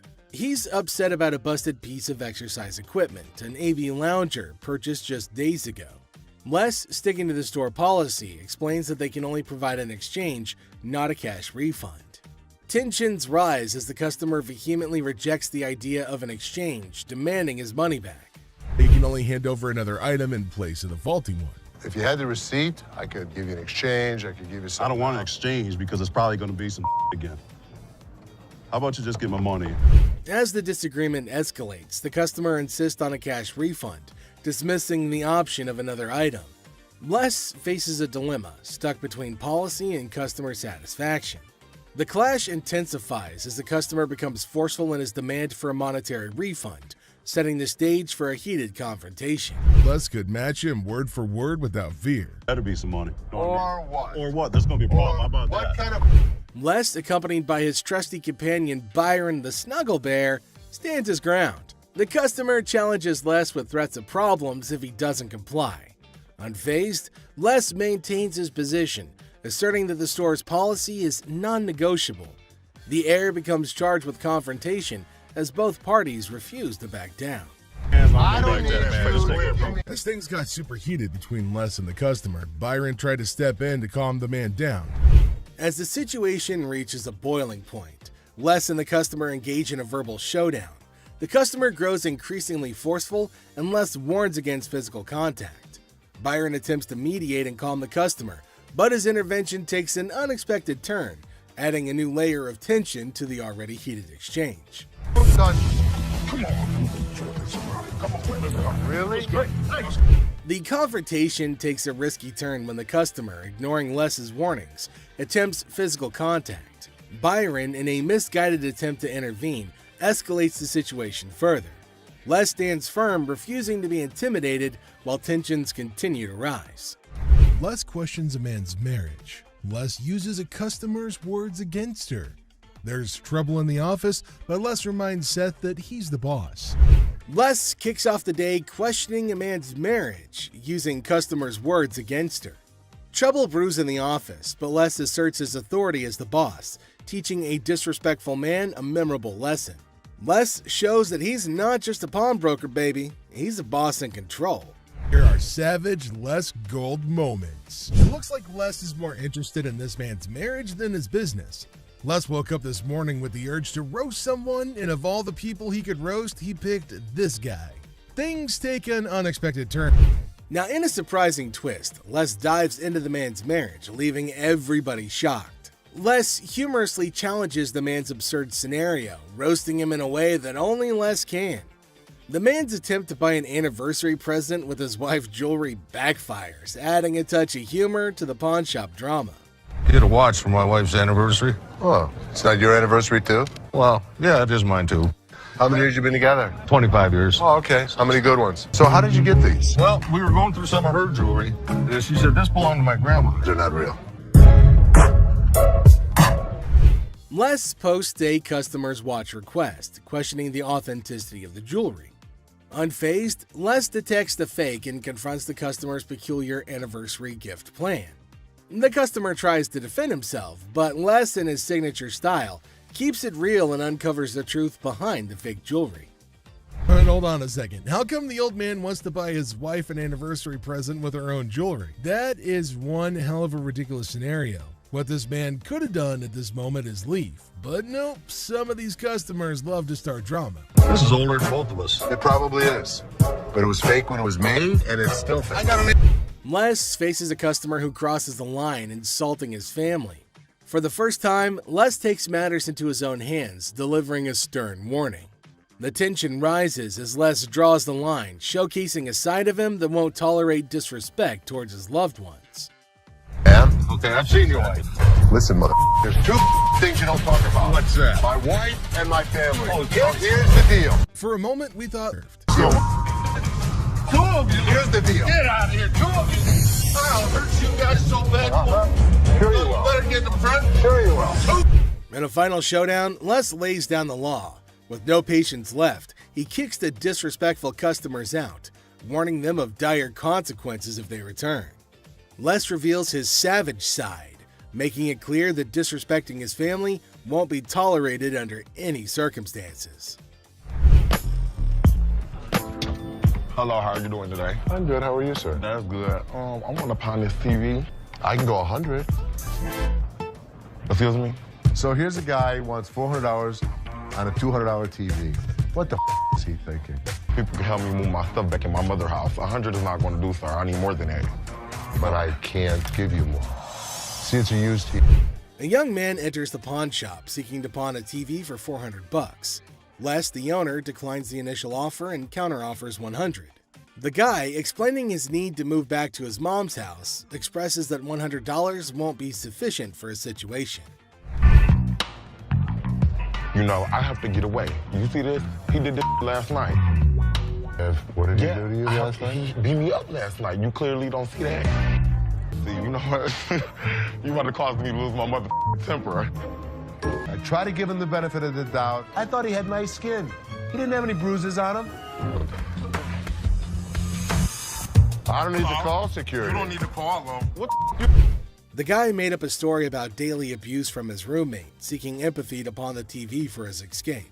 Les remained skeptical, noting the absence of visible bruises, praising the boy's clear skin. In response, the boy, feeling cornered, requests the involvement of security, hinting at a potential dramatic turn of events. you gonna do? What, you from Africa? Oh, okay. Anyway, like I said, can you give me the 400 you paid? We sell them for $200. Hold on. Y'all. Thank so much. Fred. Have a nice day. You. Thank you. You better lucky I'm gonna throw this big mother at up. Where is my key? Les, trying to find a middle ground, offers $125, but the boy declines and insists on calling the guards. Les, unfazed, reveals the presence of the guard behind the boy. The situation ends with the boy taking the TV and leaving the pawn shop without the need for additional security intervention. So how much your fat ass take it out? The you work here, ain't you getting paid to do this? I look like a butler to you? I don't give a my gonna come in here and get this motherfucker. You better. His big ass gonna beat your little ass, fat bitch. Him in what army? Motherfucker, come from behind this counter. A tense situation arises as a black woman directs angry shouts at a guard. The guard, responding defensively, questions her, asking if he appears to be a butler in a moment of unexpected confrontation. You get back here. Your big ass on my way. Get this motherfucking speaker and take it outside. You want me to stop? Take the You brought it in. You're gonna take it out. So take it out. I'm not picking that up Then and you're taking it leaving it outside. Y'all can get your old ass Take out. your ass out of here. I'm What's gonna your take bitch ass out of here, y'all. You're not going to come in threatening my employees. Who gonna bring it outside? Despite Seth's efforts to intervene, the black woman continues her relentless shouting. Even another guard struggles to remove her. Suddenly, she notices Les, the owner, standing behind her. In an unexpected turn, she bursts into laughter and mockingly tells Les to leave. Yo, big ass, you can grab that bitch too, ogre. Motherfucking big ass, Shrek ass following behind me. We will give you the respect and the decency you deserve, but when you're threatening my family, we throw you out of here. Bitches, both life. Taking matters into her own hands, the woman starts leaving, dubbing the guards as Shrek on her way out. The situation takes an unexpected and humorous turn as she adds a touch of sass to her departure. Let's take a look at it. All right. I'm here with my man, and we got in a big argument, and he left me, so I need to He get left back you home. here? To Hawaii. Oh, really? Where about? Honolulu. Oh, okay. Got a ride from my cousin, so you gotta hurry up. There came a woman at Ashley's counter to sell her chain. Now Ashley's looking at her chain to see whether it's worthy enough or not. She's asking Ashley to hurry up as she has to leave earlier as her spouse has left her alone here. Really? Okay. How much did you need? I was just trying to knot this for you to be nice, but $600. what about that?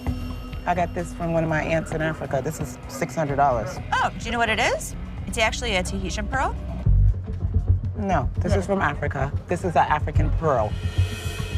Ashley asked her how much she wanted for her jewelry. Now the woman said $600, which is a lot more than Ashley was willing to spend, since Ashley said that it's not an African stone, but the woman was arguing that it was. 600.